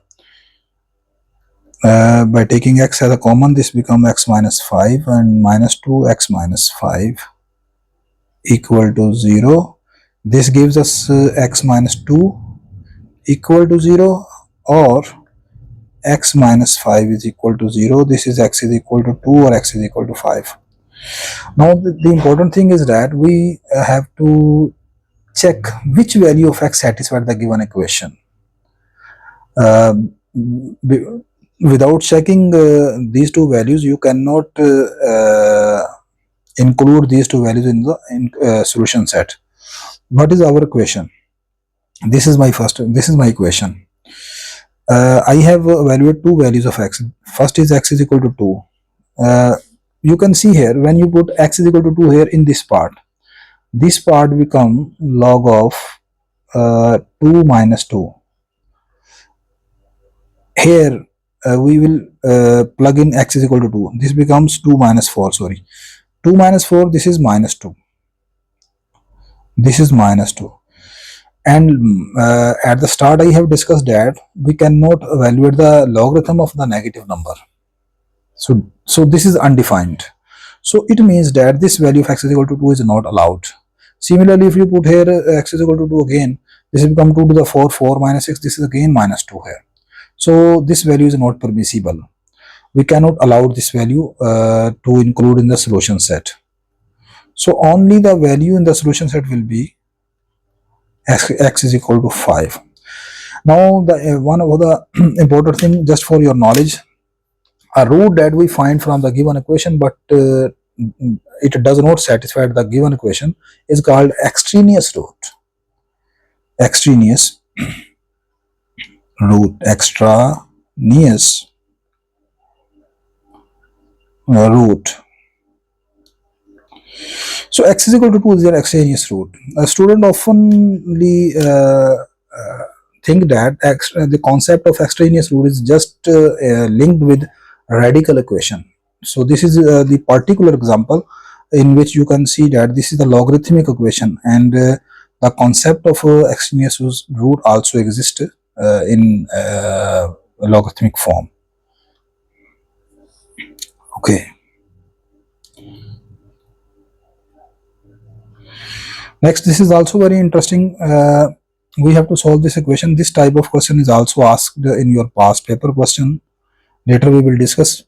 This is log of 5x at base 5, and this is log of 5 at base x. You can see that bases are not same.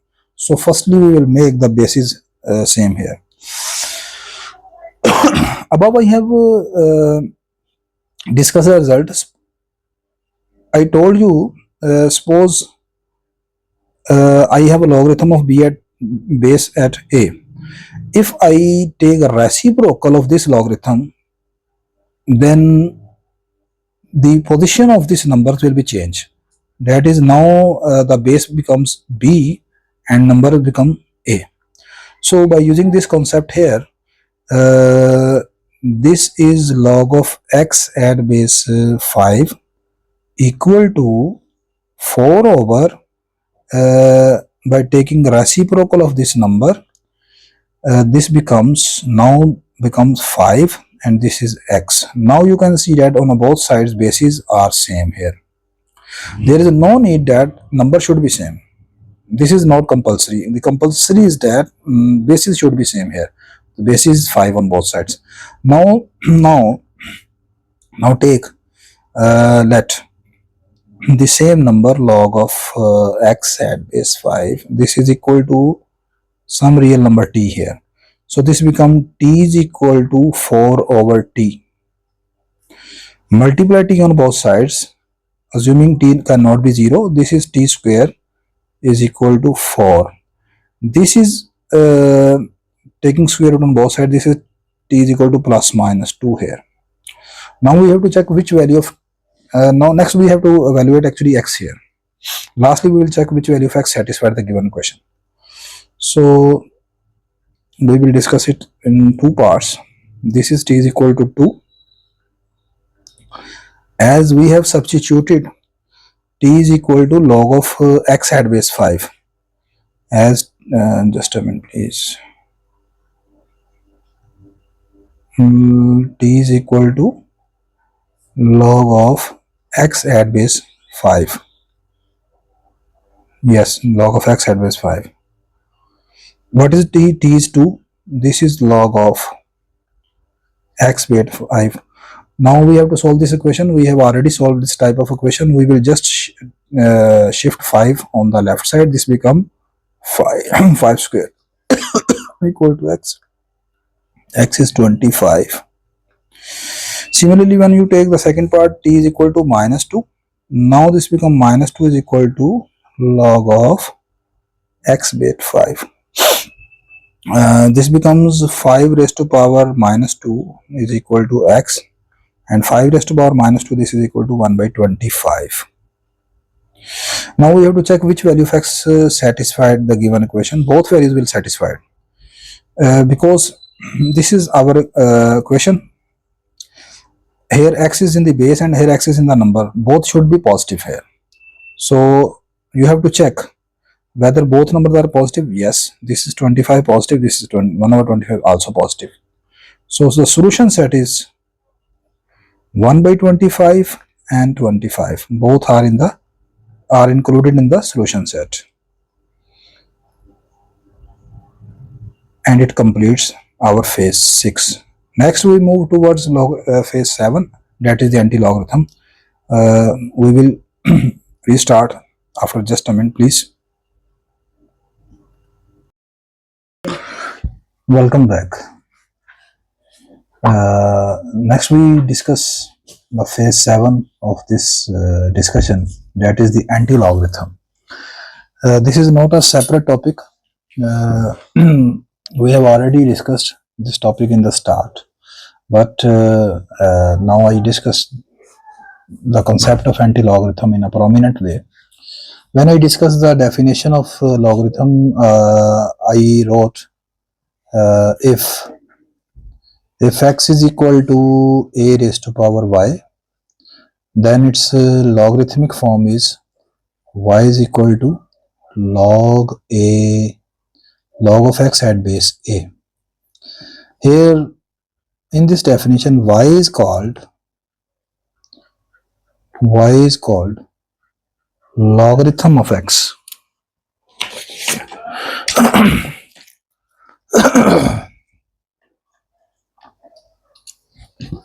Y is called logarithm of x at base a, while the number x is called anti-logarithm anti-logarithm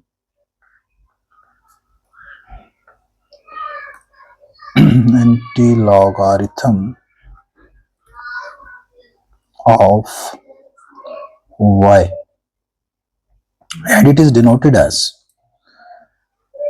anti-logarithm is denoted as x is equal to anti log of y. In the form of exponential, you can write it as again anti-logarithm of y, as in the start x is equal to a raised to power y. So this is a raised to power y, and what is y? Y is log of ax. So this becomes log of ax. You should familiar with this notation. This notation says whenever you will take exponent of a, such as the exponent is a logarithm of some number at base a, then this number log of a with a will be cancelled and remaining is x. For example, you write as 3 log of base 3, and here is 8. What will be the final answer? This is simply 8. Log of 3 with 3 will be cancelled, and this is 8. Next, how we find anti-logarithm? Suppose I have a question. Log of x at base 5 is equal to 2. What does this show? This shows that there is a certain number x whose logarithm is 2. If you focus on this notation, this notation shows there is a certain number x whose logarithm at base 5 is 2. What could be the number?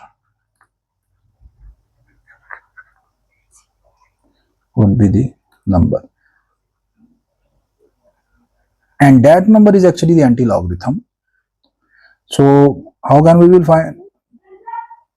This is simply by taking its exponent form, that is 5 square, and 5 square is equal to 25. So 25 is the anti-logarithm of 2. In a symbolic way, you can write it as, in form of anti-logarithm, you can write it as x is equal to anti-log of 2 at some base 5. But for calculation, you will use this step. This is just a representation, and for calculation you will write it as x is equal to 5 square, which is equal to 25. So 25 is the anti-logarithm of 2. 25 is the anti-logarithm of 2 at base 5.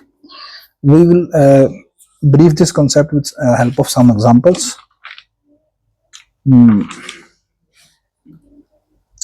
Find the anti-logarithm of the following number with respect to the indicated base given to the number. Number is 4, base is 10. It means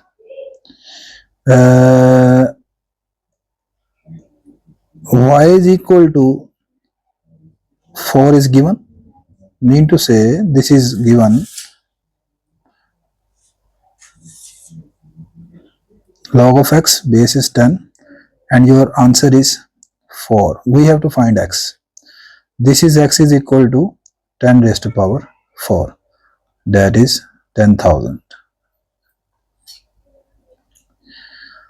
Number is 1 by 2 and base is 25. This is 1 by 2. This is your base and you have to find x. This is equal to 25 whole power 1 by 2. This is equal to x, and x is equal to 5 here. Number is 2 and base is a.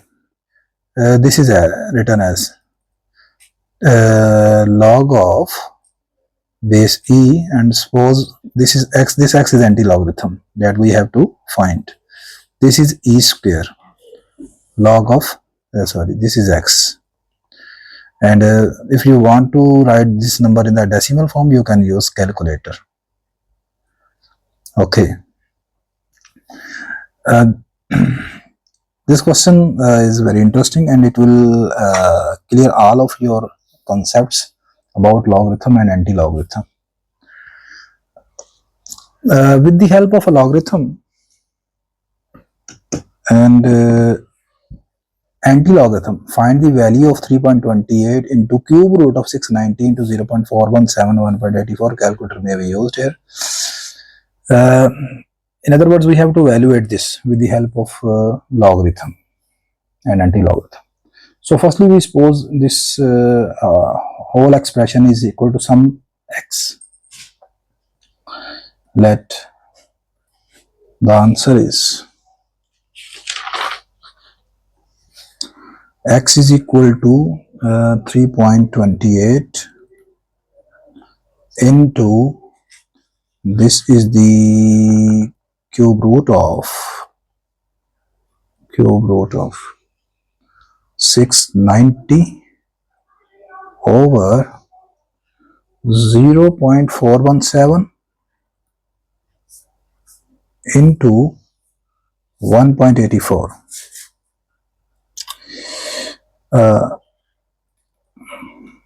Firstly, can we write it as in 690 over 0.417 into 1.84 whole power 1 by 3. Here it is always remember that you can not just multiply this number with the help of calculator.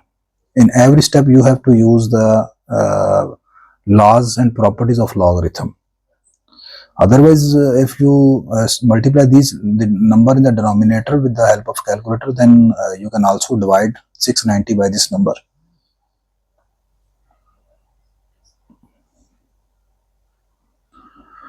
Okay, taking logarithm on both sides, this becomes log of x is equal to log of 3.28 into 690 over 0.417 into 1.84 whole cube root. Now you have to observe that which property we will apply firstly. As these are the two numbers which are multiplying with each other, so firstly we will use the first law of logarithm, that says if two numbers are multiplied, then they can be converted into the form of sum. So this can be written as log of x is equal to log of the first number, and what is my first number? This is 3.28, plus log of the second number, and the second number is 690 over 0.417 into 1.84 whole cube root. Log of x is equal to, what is log of 3.28? You can observe that I am taking a Briggs logarithm on both sides. So that's why I am not specifying the base is 10 here. Okay, what is log 3.28? We can use calculator. This is log of 3.28. 3.28. This is 0.516. I am using writing the number up to 3 decimal places. So this is 0.5151516 plus. Now in at this part we will use third law, as this is the whole exponent. So third law says we will write 1 by 3 at the back. This becomes log of 690 over 0.417 into 1.84, 0.516 plus 1 by 3. Further, this is the quotient form. So this result says we will take logarithm of numerator minus logarithm of denominator, and in the denominator there are the two numbers 0.417 into 1.84. Okay, what is log of 690 here?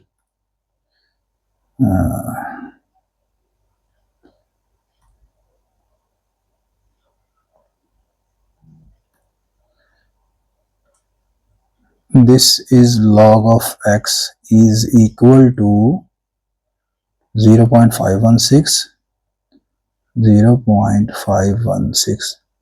plus 1 by 3, and this is log of 690. Log of 690 here. 690. This gives 2.839. 2.839. 2.839. Again using here the first law, we can sum up this logarithm. This is minus log of the first number, that is here 0.417 plus log of the second number. What is my second number here? Second number is 1.84.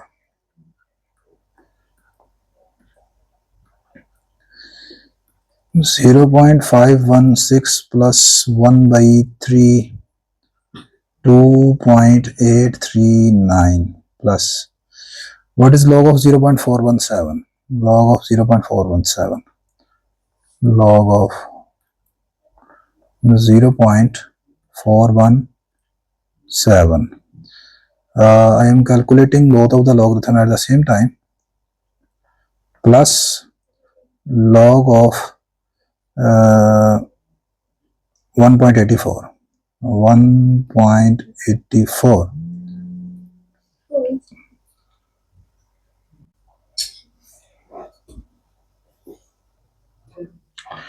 Okay, we were calculating log of 0.417 and log of 1.84.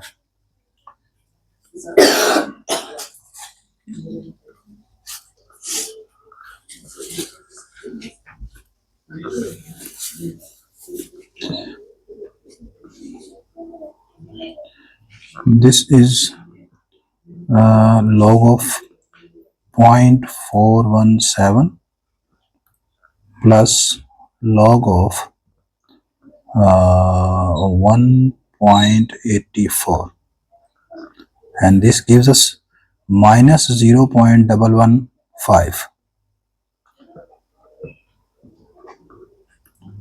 minus 0.115. Now finally I am writing this complete expression on calculator, and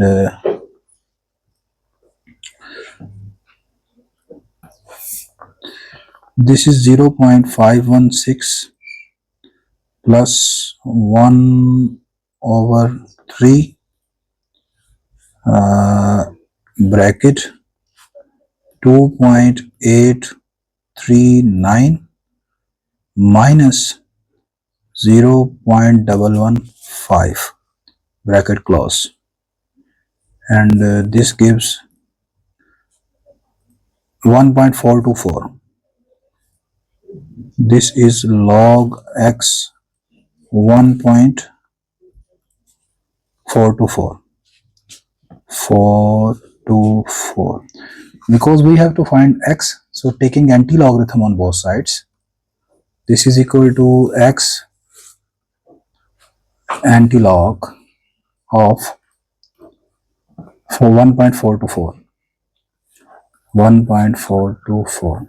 Although there is a button available in your calculator of anti-log, otherwise you have to actually solve this as you have to find 10 raised to power 1.424, but there is no need to solve this specifically explicitly. You can solve by this with the help of calculator.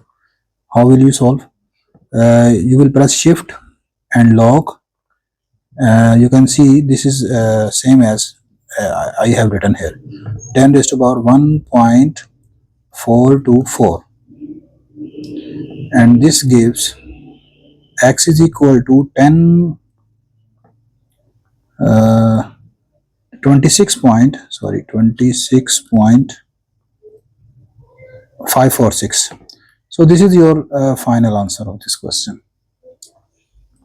So in this question you can see that how we have used the properties of logarithm and how can we use anti-logarithm. This is the real life application that discuss the use of logarithm.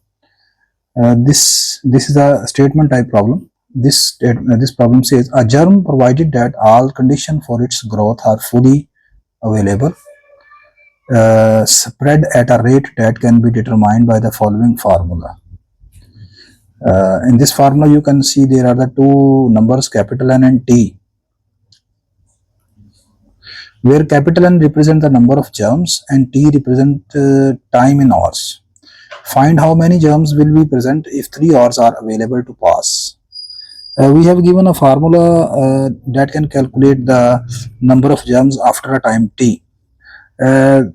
Question says if 3 hours are passed, then what is the number of germs now? We have to solve this question with the help of logarithm. So here capital N is equal to 1000 into 10 raised to power T over 48. What is T? T is a time, and time T is 3 hours.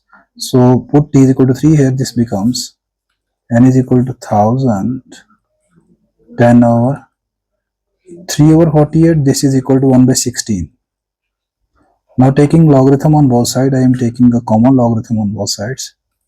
This is log of 1000 into 10 raised to power 1 over 16.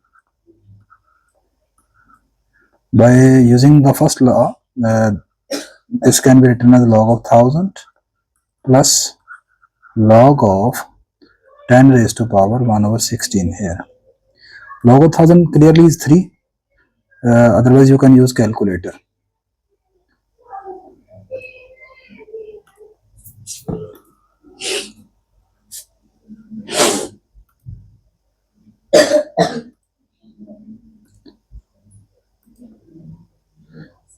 Log of capital N is equal to log of 1000 is 3. Here we will use third law, power law. We will take 1 over 16 at the start plus 1 by 16, and this is log of 10. What is log of 10? Log of 10 is 1. Why? Because our base is also 10. So when your number and base is same, answer is 1. So this becomes 3 plus 1 over 16, and this is equal to 49 over 16. Next, by taking anti-log on both sides, this become capital N is equal to anti-log of 49 over 16. Now we use calculator. Shift log of 49 over 16, 114.78. So in the nearest integer, your answer is 114. So after 3 hours, the number of jumps by if follow this conditions and formula are 1154. Phase 8. In this phase, we will discuss a very important concept. This is about graph of logarithmic function and its inverse function. Firstly, we discuss which function is called inverse function of logarithmic function.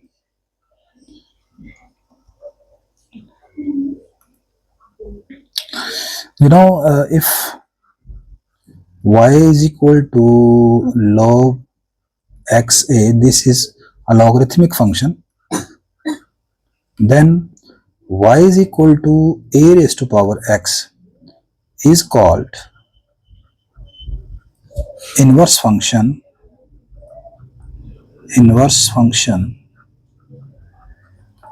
of each other. Actually, both are inverse function of each other. Then are called inverse function of each other. So here you can notice that we have two types of functions here which are inverse of each other. One is logarithmic and other is exponential function. So we will discuss both type of this function and their graph. Firstly, I will tell you how can we draw the graph of a logarithmic function roughly. Otherwise, to sketch properly the graph of logarithmic function, it depends on the base a and the number x. So although all of the logarithmic functions are have the same graph, they look like as.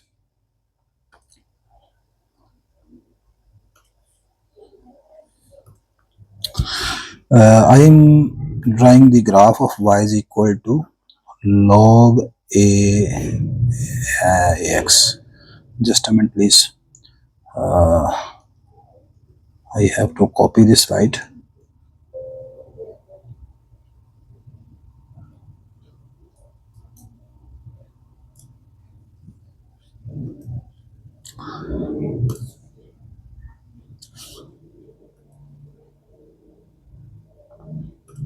Okay. I am going to draw graph of y is equal to log of x at some base a, where base is greater than 0 and it cannot be equal to 1. So firstly we will draw here x-axis and y-axis. So this is my x-axis and this is my y-axis. This is my y-axis and this is my x-axis. Now I am drawing the graph of logarithmic function. The graph of logarithmic function always lies in first and fourth quadrant.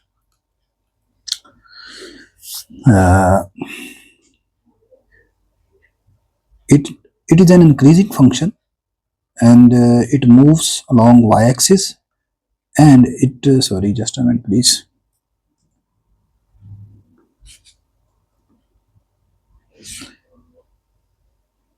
This way. This is the graph of any logarithmic function.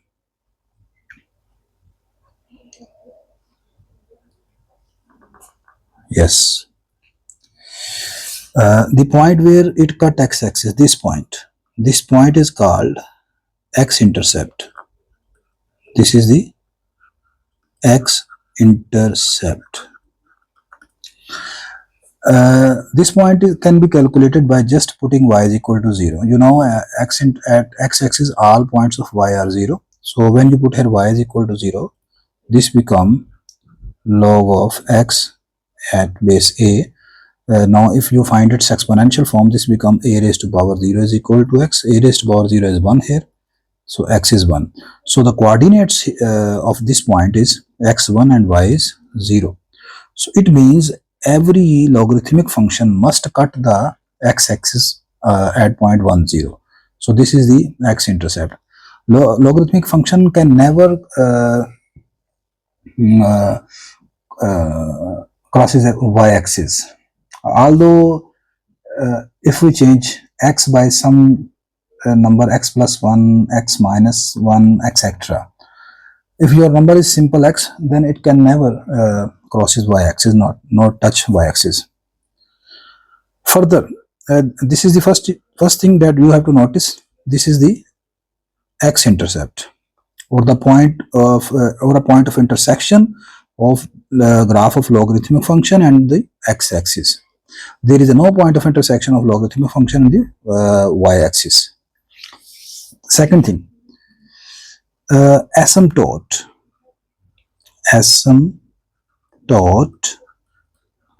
of y is equal to log ax. Actually, what is asymptote? Asymptote is a line that can never touch the graph of logarithmic function. A line that can never touch the graph of y is equal to log ax, but when x increasing infinitely, then distance between the curve and the line, asymptote line and asymptote approaches to zero.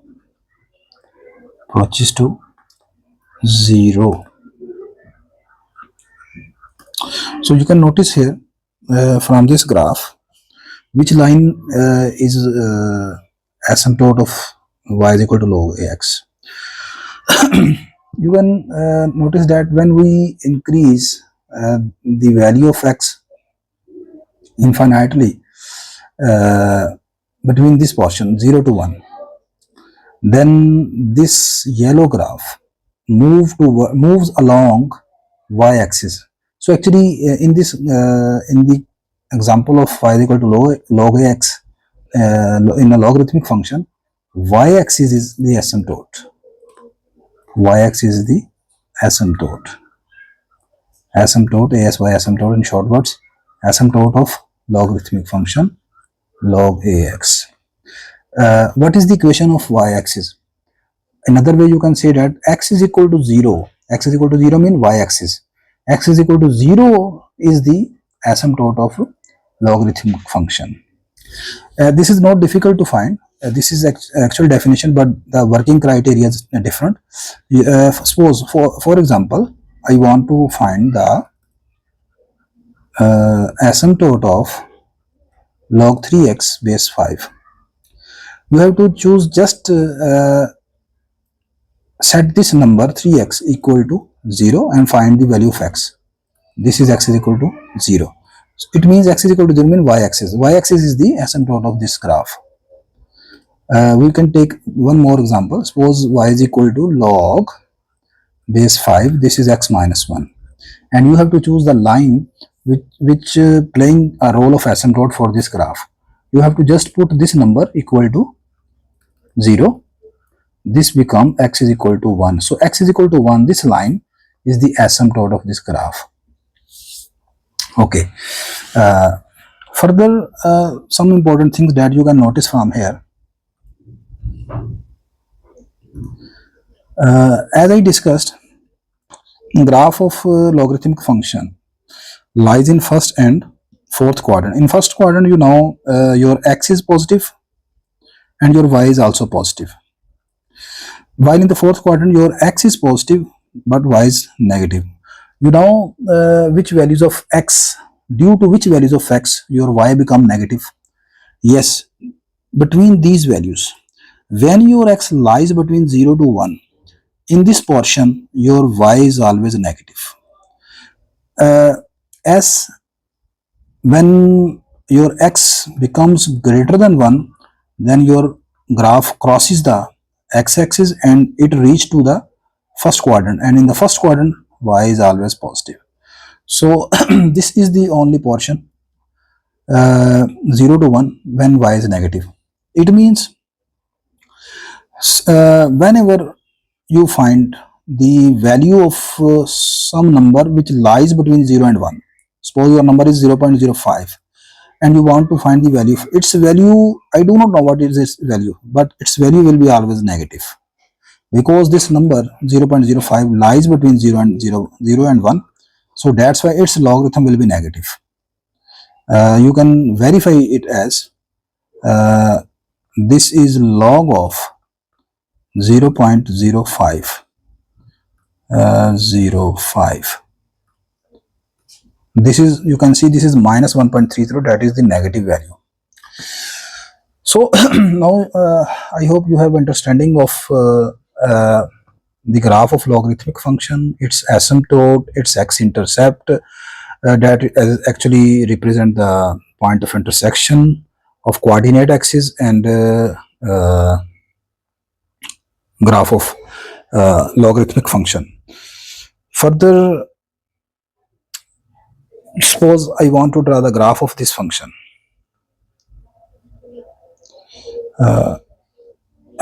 Just a minute, please. Suppose I want to draw graph of y is equal to log base is 5 and this is x minus 1. The most important thing is that firstly we have to decide what is the asymptote of this graph. Firstly we make x-axis and y-axis. This is my x-axis and this is my y-axis. What is asymptote? Asymptote is a line given by x minus 1 is equal to 0 as x is equal to 1. X is equal to 1. Where is x is equal to 1? This is x is equal to 1. Suppose this is x is equal to 1 here. Now you have to draw a dotted line. This is my asymptote for this graph. Now you have to draw the graph of this function. So in the first graph, in the standard graph of logarithmic function,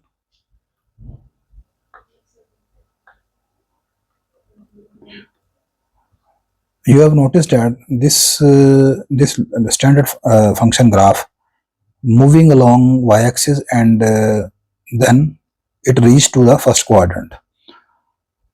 And y-axis, in this example, y-axis is its asymptote, but now this line is its asymptote. So it means your graph of this function will be moving along this line, x is equal to 1. Further, we find x intercept.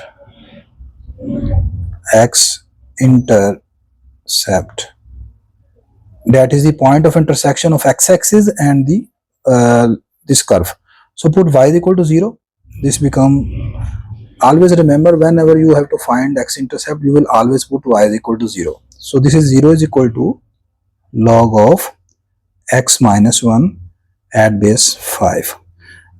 You can notice that if you write it as in exponential form, this become 5 raised to power 0 x minus 1. 5 raised to power is 1. 1 is equal to x minus 1. This is equal to x is equal to 2. It means x is equal to 2 and y is equal to 0. This is the x-intercept. This shows, suppose this is x is equal to 1, this is x is equal to 2 here. This is 2, 0. It means your graph will cross x-axis at this point. So now I am going to draw the graph. So this your graph will be something as yes. So this is your graph. Y is equal to log 5x minus 1. Now you can observe that in this portion from 0 to 2, your graph lies in fourth quadrant, and in fourth quadrant your y is negative. It means for this graph, if you put any value between 0 and 2, your y will be negative here. Okay. Some more things that I will discuss here. Next, I am going to discuss the graph of exponential function. Graph of, but I think firstly I have to discuss some more. Here in this figure, I am going to compare the graph of two logarithmic function with their having different base. This red is the graph of y is equal to log of x at base 2, and blue is the graph of y is equal to log of x at base 5. My question is that from the graph, can you tell me which graph has a higher peak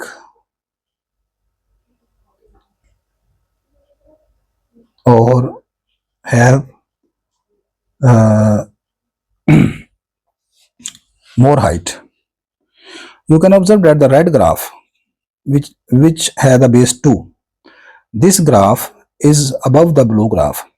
It means always remember, when your base is smaller, then always your graph will gives a larger value than those graph whose base is greater. Log of x at base 2 is always greater than log of x at base 5. But there are some restriction. This is the point of intersection, that is 1, 0. After this point of intersection, you can see red graph is above and blue is below. It means this inequality hold when your x is greater than 1. In simple words, you can say that whenever we draw the graph of two logarithmic function having a different basis, so the graph which have a lower base will give a maximum values than that graph which have a greater base, but when x is greater than 1. But in case when your x lies between 0 and 1, because you cannot put a negative value of x here, so your domain is always greater than 0. You can put just always positive real number. So in this portion where your x lies between 0 to 1, you can see that your red graph is lower and your blue graph is upper. Your red graph is below the blue graph. So when your x lies between 0 and 1, then the inequality is reversed. It means in this case log of x base 2 is less than log of x base 5. Next is the actually these are the two graph of exponential function. Firstly we discuss the concept of exponential function. Graph of exponential function. Exponential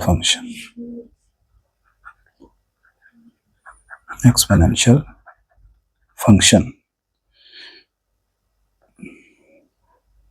Suppose I have exponential function y is equal to a raised to power x, where my a is greater than 0. Before going to draw the graph of exponential function, one important thing that I should discuss here about logarithmic function. Always remember that suppose I have to draw, just a minute please, I want is copy.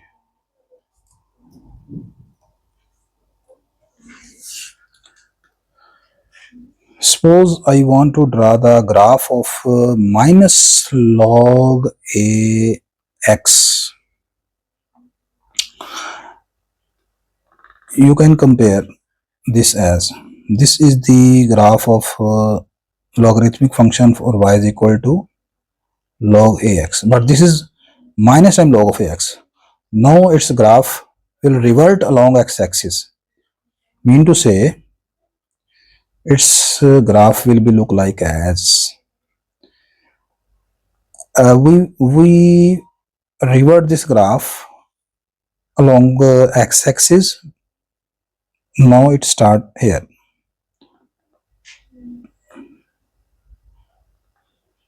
like this. It again cross x-axis at 0.10, but now its asymptote is y-axis but positive y. It is obvious that that this number log of ax is always positive when your x is greater than 1. So this is positive for x greater than 1, but when you multiply any positive value with this negative sign, the resulting answer is negative. So when your x is greater than 1, it means for this value your y becomes negative. That's why its graph lies in fourth quadrant. In fourth quadrant, you know y is negative, x is positive. While in this portion, when your x lies between 0 and 1, in this portion your graph, this part give negative value. But when we multiply these negative value with this negative sign, your y become positive. So that's why you can see here this graph for this interval 0 to 1 lies in first quadrant. So in short words, if you have to draw the graph of negative of logarithm, you will use this sketch. You have to remember this sketching. Okay, now we will discuss graph of exponential function. This is my function y is equal to a raised to power x, where a is greater than 0, base a is base. This cannot be equal to 1. What is its x-intercept? For x-intercept, you have to put y is equal to 0. This is equal to a raised to power x. Can you tell me, is there any number x for which a raised to power that number becomes 0? This is not possible. Not possible.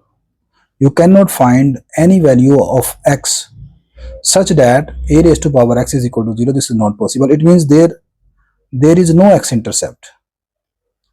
There is no x-intercept for this graph.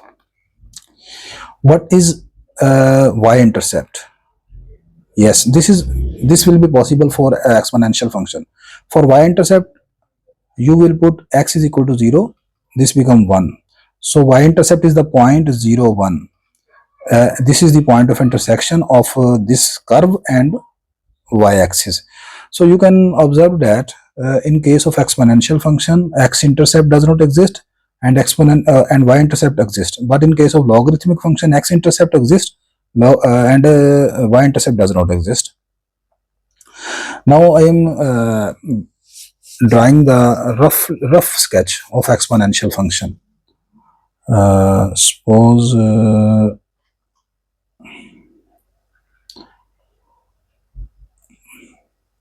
this is my y-intercept, origin, x-axis. In case of exponential function, your asymptote is x-axis. X-axis is the line that cannot touch the graph of y is equal to a raised to power x. But whenever we increase x indefinitely, your x-intercept becomes closer, and your x-axis becomes closer and closer to the graph.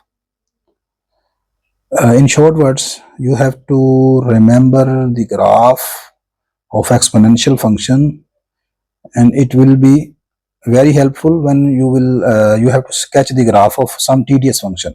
So this is the graph of exponential function like this. This is the point of intersection of this graph. This is x is equal to 0 and y is equal to 1 here. Okay. Next, I am sharing some very beautiful examples. In these examples, you can notice that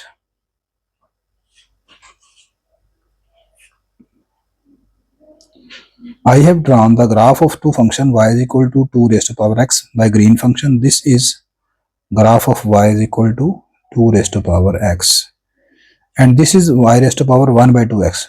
This blue or purple 1 by 2x. Here the important thing is that when your base a is greater than 1, then your graph lies in first and second quadrant like this. But in case of exponential function, if your base a lies between 0 and 1, like here y is equal to 0.5 whole power x, and 0.5 lies between 0 and 1. In this case, the graph of this function is this. Start from here. Note, y-axis is the axis of refraction here. Both of the graph, you can check that, cut each other at this point, and this line y is equal to x is playing its role as a mirror, and this mirror line is called actually axis of reflection. So I hope now you have a clear understanding about all of these concepts of a graphic approach that we have discussed still now. Okay.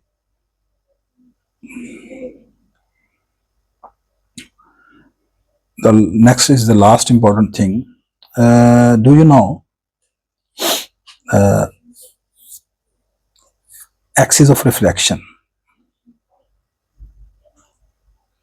Axis of reflection. What is axis of reflection? Axis of reflection is actually a line that reflect the graph of the function y is equal to f of x. Suppose I have a function y is equal to f of x. Either this function is logarithmic, exponential, algebraic function, trigonometric function, inverse trigonometric function, whatever it may be, any type. For y is equal to f of x, its inverse is denoted by y is equal to f inverse x. These are the inverse function of each other. You know what is the line that can reflect the graph of one function to make the inverse of other? This line y is equal to x. This line is called axis of reflection, and this line holds for any type of graph. For example, I have drawn the graph of y is equal to 2 raised to power x. This is exponential function. Y is equal to 2 raised to power x. Can you calculate its inverse function? Its inverse function is logarithmic function. Always remember, as I have discussed above, logarithmic function and the exponential function are inverse function of each other. So y is equal to 2 raised to power x has the inverse function y is equal to log base to x. So these are the inverse function of each other. This black line is the axis of reflection. You can notice that axis of reflection is working as a mirror. The graph above this line and below this line both are same. So this line is working as the axis of reflection. That's why it is called line of reflection. This below graph is the graph of y is equal to log x base 2. Actually, this line axis of reflection is very useful. Sometimes we have to draw the graph of inverse function, and it is not easier to find the inverse of the given function. Suppose this is I have given this graph, and I have to draw its graph of its inverse function. For this, I will always draw the graph of line y is equal to x. Y is equal to x is a line that passes through the origin and intersect first and third quadrant and bisect the first and third quadrant. Now, if I take any point here and meet this point, now if it is a reflection, if it is working as a mirror, this line y is equal to x, then there will be an opposite point here. Suppose this point is 2.5 comma 1.5. So there is also another point here that will be 1.5 comma 2.5.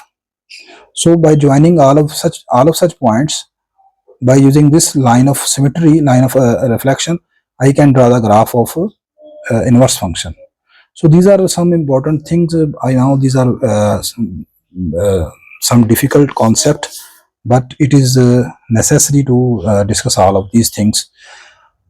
Okay, next we are going to the last phase of today discussion, and I know you are waiting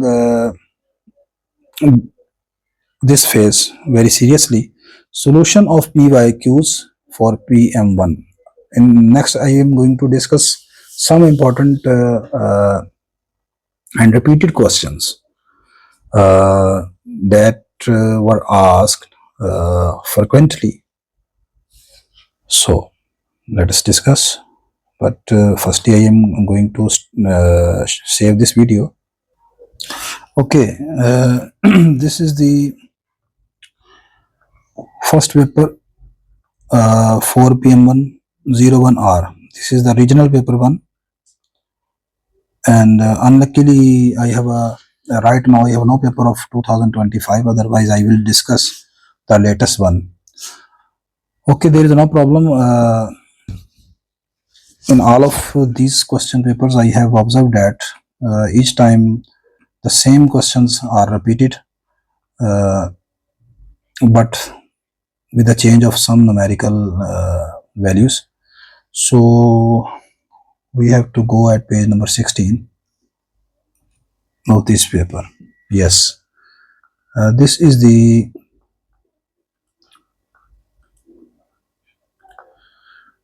this question says we have a curve C has equation y is equal to log minus time. Now you will use the concept of negative logarithm, graph of negative logarithm. Has the equation y is equal to minus time log of x plus 4 at base 4. What is part A? This shows using the axis below, sketch the graph of C. Label the coordinate of the point of intersection of C with the coordinate axis and the equation of any asymptote to C. So these are all the important things that I have discussed with you. So firstly we find its coordinate point of intersection. Mean to say Firstly, we find its x-intercept. X-intercept. What will we do here? Put y is equal to 0. This become 0 is equal to minus time log of x plus 4. Firstly, can we multiply on both sides by minus sign? This become 0 is equal to log of 4, log of x plus 4 at base 4. Write it in exponential form. This become 4 raised to power 0 is equal to x plus 4. 4 raised to power 0 is 1. This is equal to 1. Subtracting 4 on both sides, this become x is equal to minus 3 here. So this is the x-intercept. So the coordinate of point of intersection are x minus 3, y is 0. So you will write here point of intersection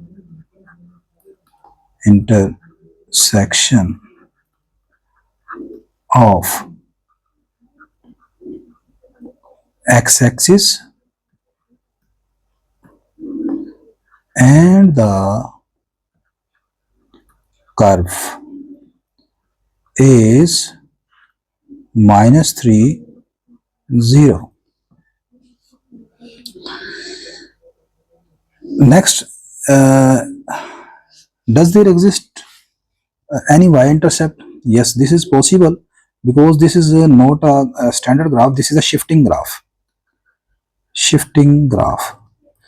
Shifting graph mean in which we add some real number with x, like here x plus 4. So it become shift. We have shift the graph to x plus 4. So this type of graph could have y-intercept. So to find y-intercept, put x is equal to 0 here. Y-intercept. Put x is equal to 0. This become y is equal to minus time log of 0 plus 4.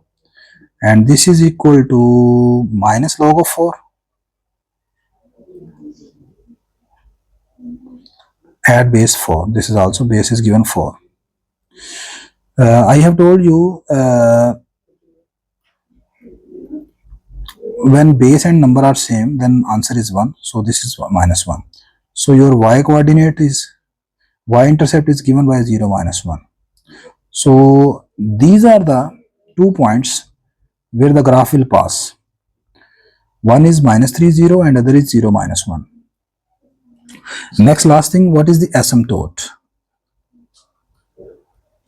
Asymptote is a simple line for which the graph become undefined, and this is possible then when x plus 4 is 0. This argument, this bracket is 0.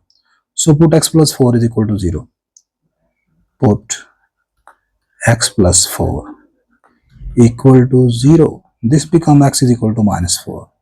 This is the line of asymptote. This is asymptote, simple. Now we have to draw the graph. Firstly, we draw the graph of x is equal to minus 4. Suppose this is 1, 2, 3, and this is 4. So firstly we draw x is equal to 4 with the dotted line. Asymptote is always drawn by the dotted line.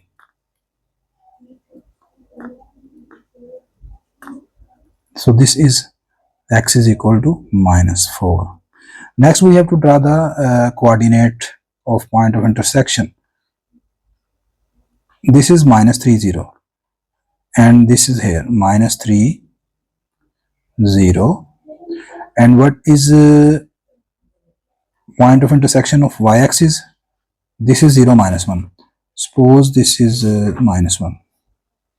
0 minus 1. Now you have to just draw the graph that passes through these 2 points.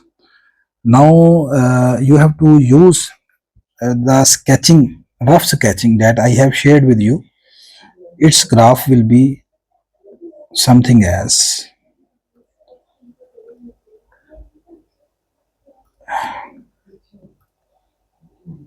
it will start along asymptote and passes through the x-intercept, then y-intercept,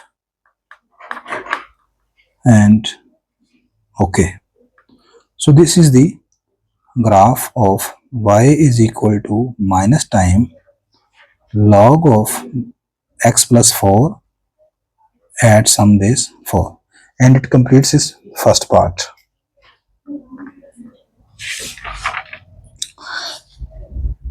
Next, its second part. Solve the question. Here we have to solve the question, and it has 5 marks. This is very interesting. This question is very easy, but has a good marks. Okay.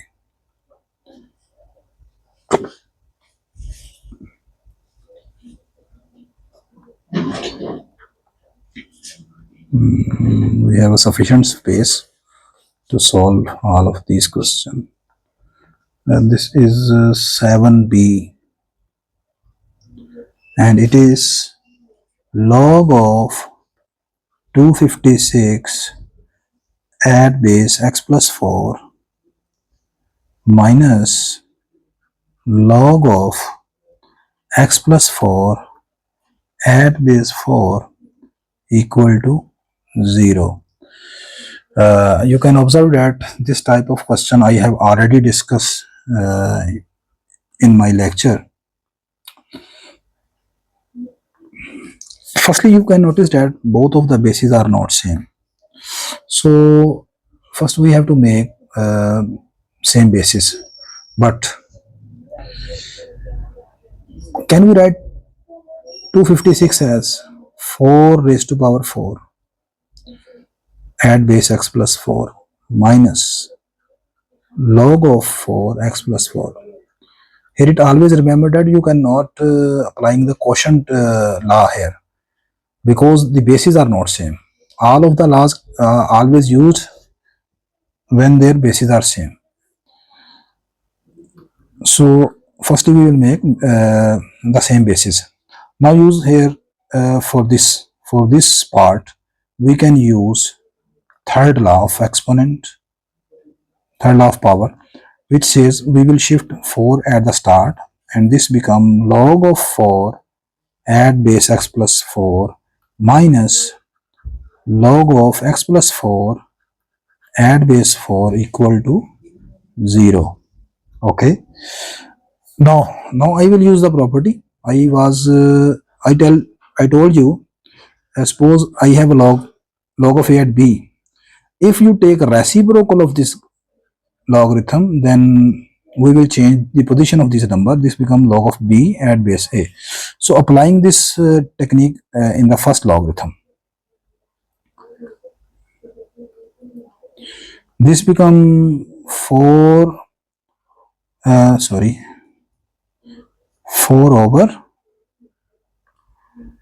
over log of x plus 4 at base 4. What I have done, I have changed the position of these two numbers after taking reciprocal. This is minus log of x plus 4 at base 4 equal to 0. Now substituting, as these two terms are logarithm are same, so substitute this number log of x plus 4 at base 4 equal to some number y. This become 4 over y minus y equal to 0. This become 4 minus y square equal to 0 after multiply with the y, and suppose y is not equal to 0. Otherwise it become undefined. From this become y square is equal to 4. This is y is equal to plus minus 2. Now we will discuss both of the cases separately when your y is 2. As we have substituted y is equal to log of x plus 4 at base 4. So put y is equal to 2 here. This become, because we are interested in to find value of x here. Now write it in exponential form.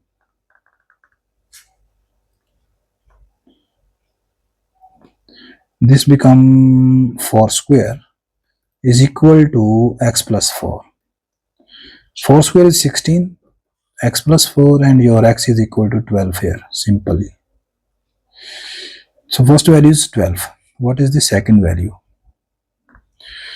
When your y is minus 2, as y is log of 4, log of x plus 4 at base 4. Put this is minus 2. This is log of 4 x plus 4. This become 4 raised to power minus 2. This is x plus 4. What is 4 raised to power minus 2? This is 1 over 4 square is equal to x plus 4. 1 over 16 minus 4 is equal to x. And from here x become 16 4 is 64 minus 63 over 16. Next we have to check which value of x satisfied the given equation. This is our given question. In this equation, your base could not be negative, and your number x plus 4 cannot be negative here.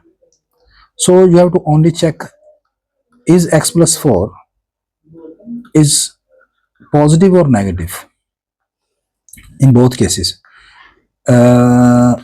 Yes, from this x plus 4 is 1 over 16. This is 1 over 16. 1 over 16 is greater than 0. And from this step, x plus 4 is 16. This is always greater than 0. So there is no need to substitute value of x here and here. You have to just check x plus 4 at both places is positive or negative. So x plus 4 in both cases are positive. So it means both of the values are valid. And the solution set of this equation is 12 and minus 63 over 16. And so it completes the this paper. There is one question,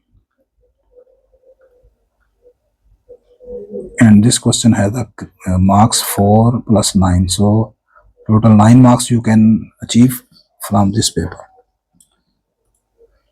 Next one is Friday, 7 June. This is a 4 p.m. regional 2.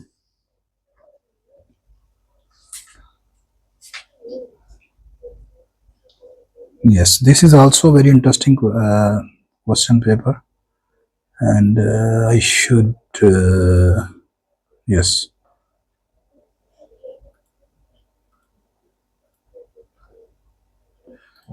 And in this paper, page number is 12. Yes. Should minimize the graph of this. Figure 1.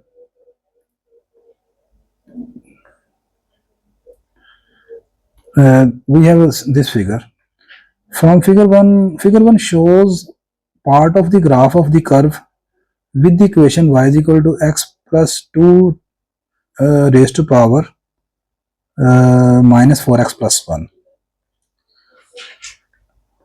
By drawing a suitable straight line on the graph, obtain an estimate to 1 decimal place of the root of the equation in the interval. The graph of this equation is given. This curve is given. We have to find the root of this equation. We have to find one root. Obtain an estimate. We have to find it means we have to find only one estimate, mean to say one root. Mean to say we have to find such value of x that lies in this interval that satisfies this equation. But we have to use the graph of this function.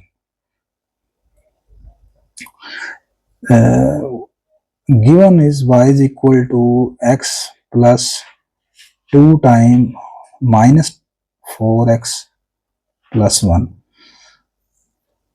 This type of question I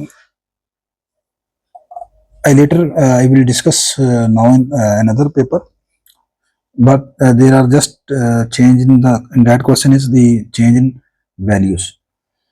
You can notice that this curve, say this is 1, has the two parts. One is algebraic and other is exponential function. And second curve whose root we have to find. This is log of 8 minus 3x plus 4x equal to 0. So firstly we convert this equation into exponential form. Actually what have we do in this type of question? We have to eliminate this exponential function, because you can notice that we have to draw a suitable straight line, and the straight line are always an algebraic function of this type, y is equal to x, y is equal to x plus 2, etc. So our straight line cannot involve any exponential function. So from 1 and 2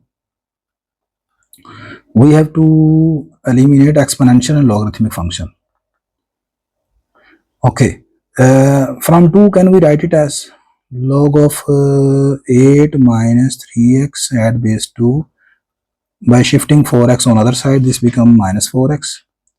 And we can write it in exponential form as 2 raised to power minus 4x.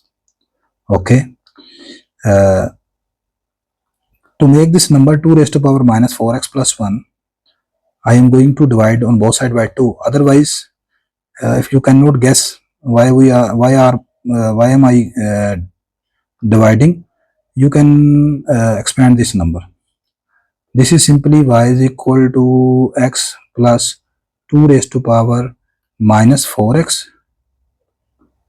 Sorry, y is equal to, it is not working well. This is y is equal to x plus 2 raised to power minus 4x into 2 raised to power minus 1. This is x plus 1 by 2 into 2 raised to power minus 4x. This is my equation number 1. Now substitute this value of 2 raised to power minus 4x in 1. Put in 1. Just a minute. Put in 1. 1 become y is equal to x plus 1 by 2 into 8 minus 3x by substituting the value of 2 raised to power minus 4x, which is 8 minus 3x. Now by dividing on 2, we have x plus 4 minus 3 by 2x. By adding these two terms, this become minus 1 by 2x plus 4. So this is the straight line. This is the suitable straight line that can give us the solution of the curve. Okay. Next, I have to draw the graph of this this line. There are many techniques to draw the graph of this curve. I am using 2-point form. Can we write it as this is y plus x by 2 is equal to 4. Dividing it on both sides by 4, this become x by 8 plus y by 4 is equal to 1. This line is called two-intercept form. This form is called two-intercept form of line. Two-intercepts form of line. Here x-intercept is the number below x, and y-intercept is this is 4. So I have to join 8, 0 and 0, 4 to draw the graph of this. Okay. 8, 0. 8, 0. 8, 0 is not here. No problem. We can take some other points here. 0, 4. This is 0, 4. This is 0, 4. And the second number that you can take, second point you can take, simply take here x is equal to 2, because 80 is not available in the grid, so we have to change this point. Put x is equal to 2 here. This become y is equal to minus 1 by 2 into 2 by substituting 2 here, plus 4. This become 3. So this is the second point, x2 and y3. Where does it fall?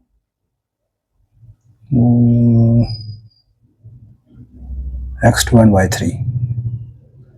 X2 and y3, this is the second point, x2 and y3. Now you will join these two lines.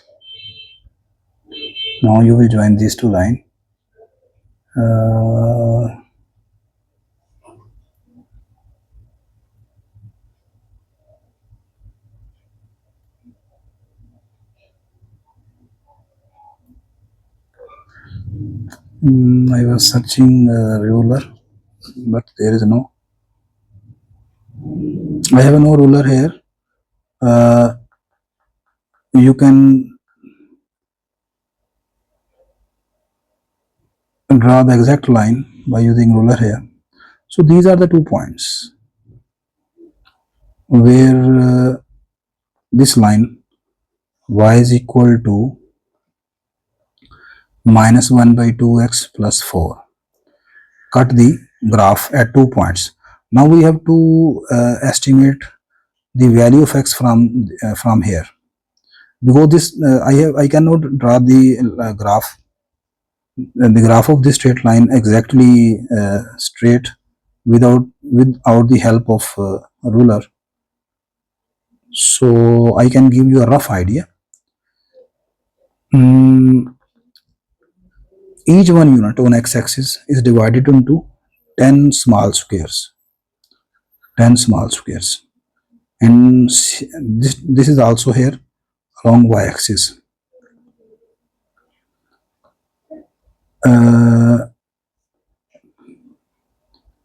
From here, this is this length is x equal to 1. This is 1 unit, minus 1.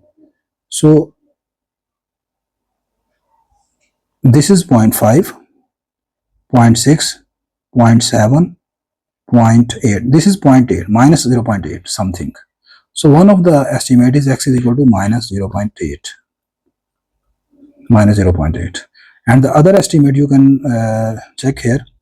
This is 1, this is 2, and this is something 2.6 approximately.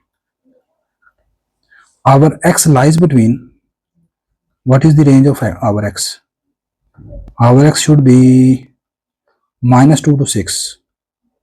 So both of the values are valid. He demand only one estimate up to 1 decimal place. We found 2. The perfect graph of this is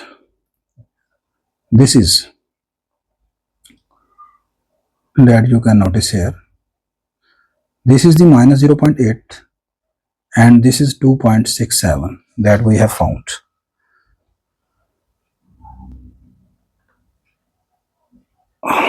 So I hope you are enjoying well. Okay.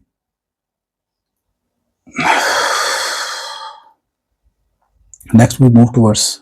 So answer is answer of this second part is x is equal to minus 0.8, and also you can choose x is equal to 2.7 approximately,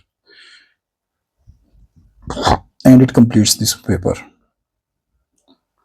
This is paper 4 p.m. regional 2, January 8th, January 2023.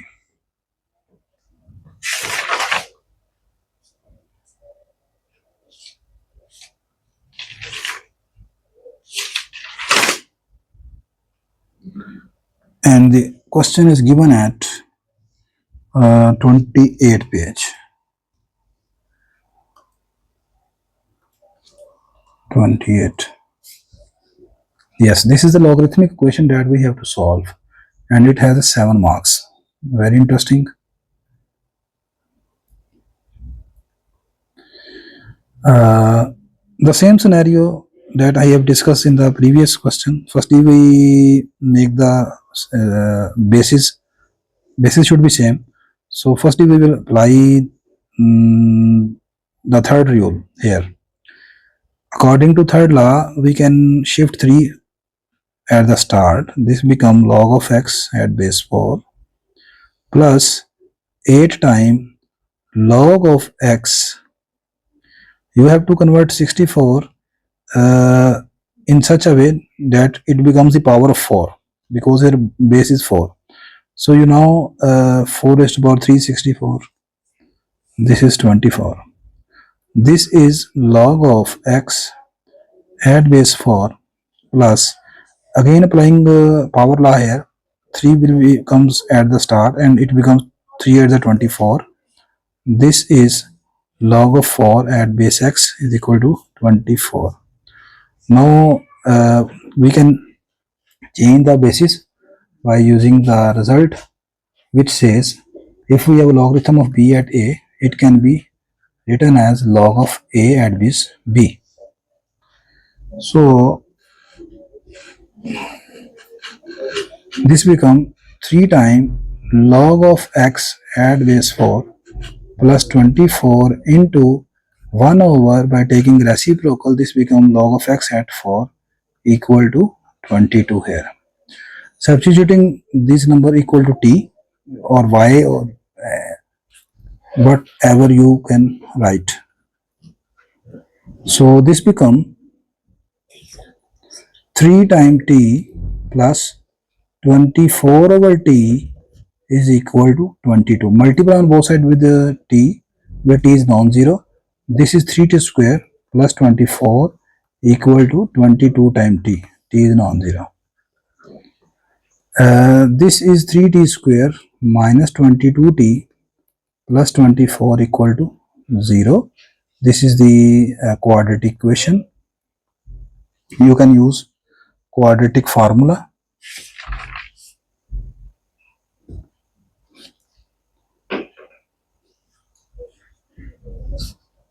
So this is t is equal to 22. I am using quadratic formula. 22 plus minus 22 square minus 22 square minus 4 a into c divided by 2 into 3. This is 22 plus minus 22 square is 484 minus 4 3 is 12. 12 24 the 288 over 6. 284 minus 288, this is 196, or in square root of 196 is 14. This is equal to 6. So here we have two values, 22 plus 14 over 6, and either t is equal to 22 minus 14 over 6. T is equal to 22 plus 14, this is 36 over 6, 6, and 22 minus 14, this is 8, 8 by 6, 8 by 6 is 4 by 3. Now we find the value of x in each case when your t is equal to 6. As we have substituted t is equal to log of x at base 4 is equal to 6 here. This is x is equal to 4 raised to power 6, and you can calculate it by using calculator. This is 4096 here. Other values, t is equal to 4 by 3, as t is log of x at base 4 is equal to 4 by 3 here. This is equal to x 4 raised to power 4 by 3.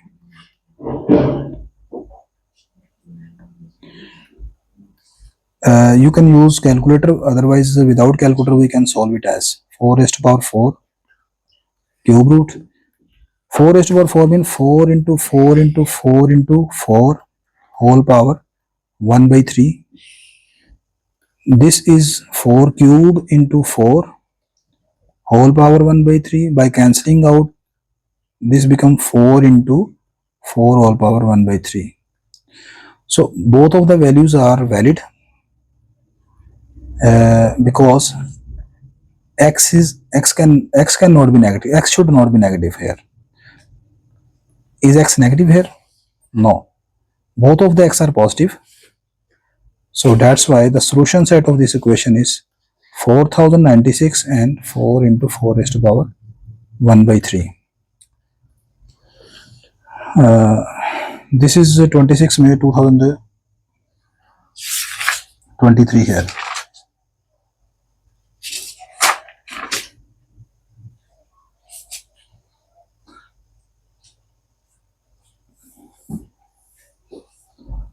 This is a long question and this is your assignment. I hope you can do this. Page number 8. Firstly, you have to complete this table. X is 1, then what is your y? Just you have to put x is 1 here. This is y is equal to 1 by 2 plus 6 into e raised to power minus 2 plus 1. By using calculator, you can find it as one of the value I will calculate here. This is 1 over 2 plus 6. Can you write it as this as 6 over e square? So plus 6 over plus 6 over e. How we write e here? Press shift and natural log. This is e, and further is e square. This is e square. Sorry. Shift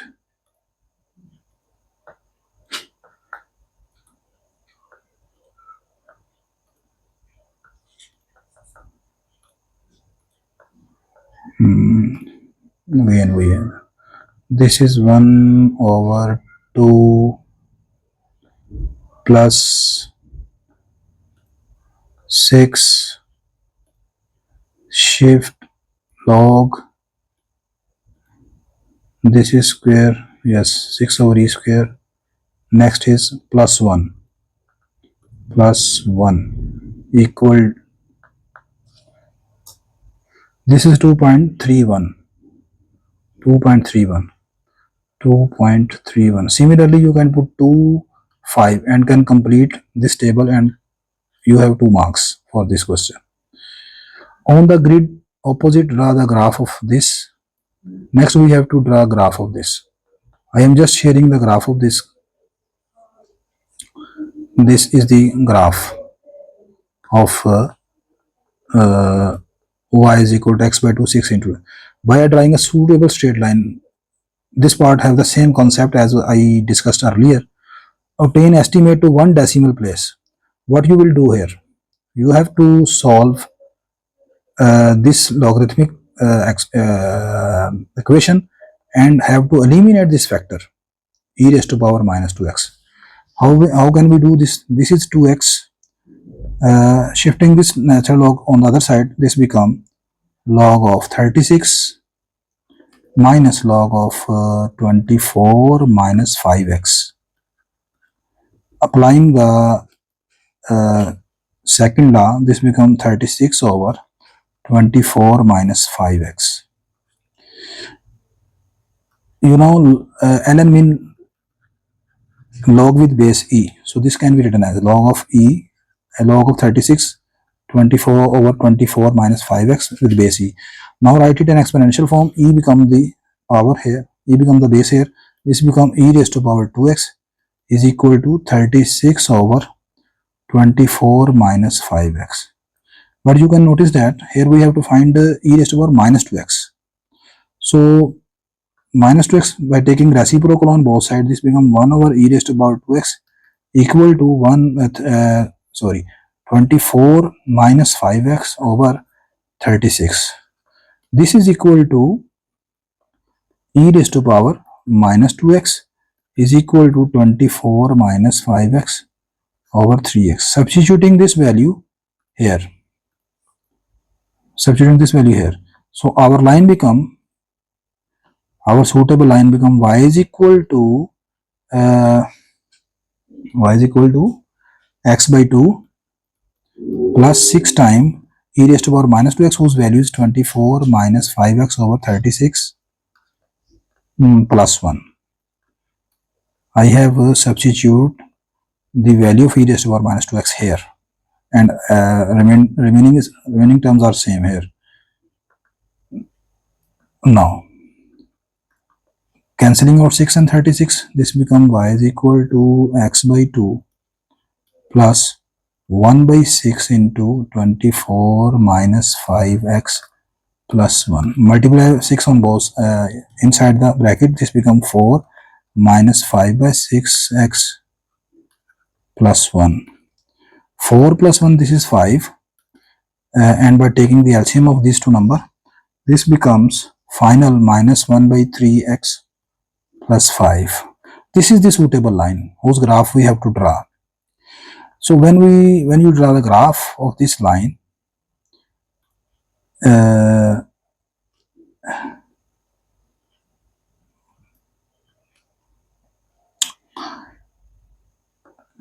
you can, this is the graph of first part and this is graph of the line. So these are the point of intersection of this. Here x is 0.22, that is 0.2. So this is the first estimate and this is my secondary estimate, 4.7995. So you can take 4.8. So your answer is, you have two answers, 0.2 and 4.7. 0.2. So your estimate is 0.2 and x is equal to 4.7.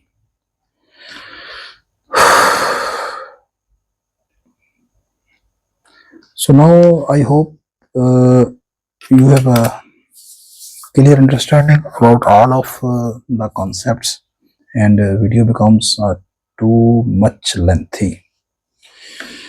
Anyhow, if you find this video helpful, please like, share and subscribe my channel. Inshallah, in the next lecture we will cover our second topic, and this is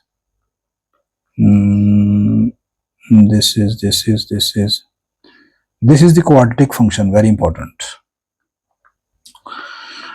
If you have any suggestion or any question, you can ask me. I have shared my contact number as well as my mail.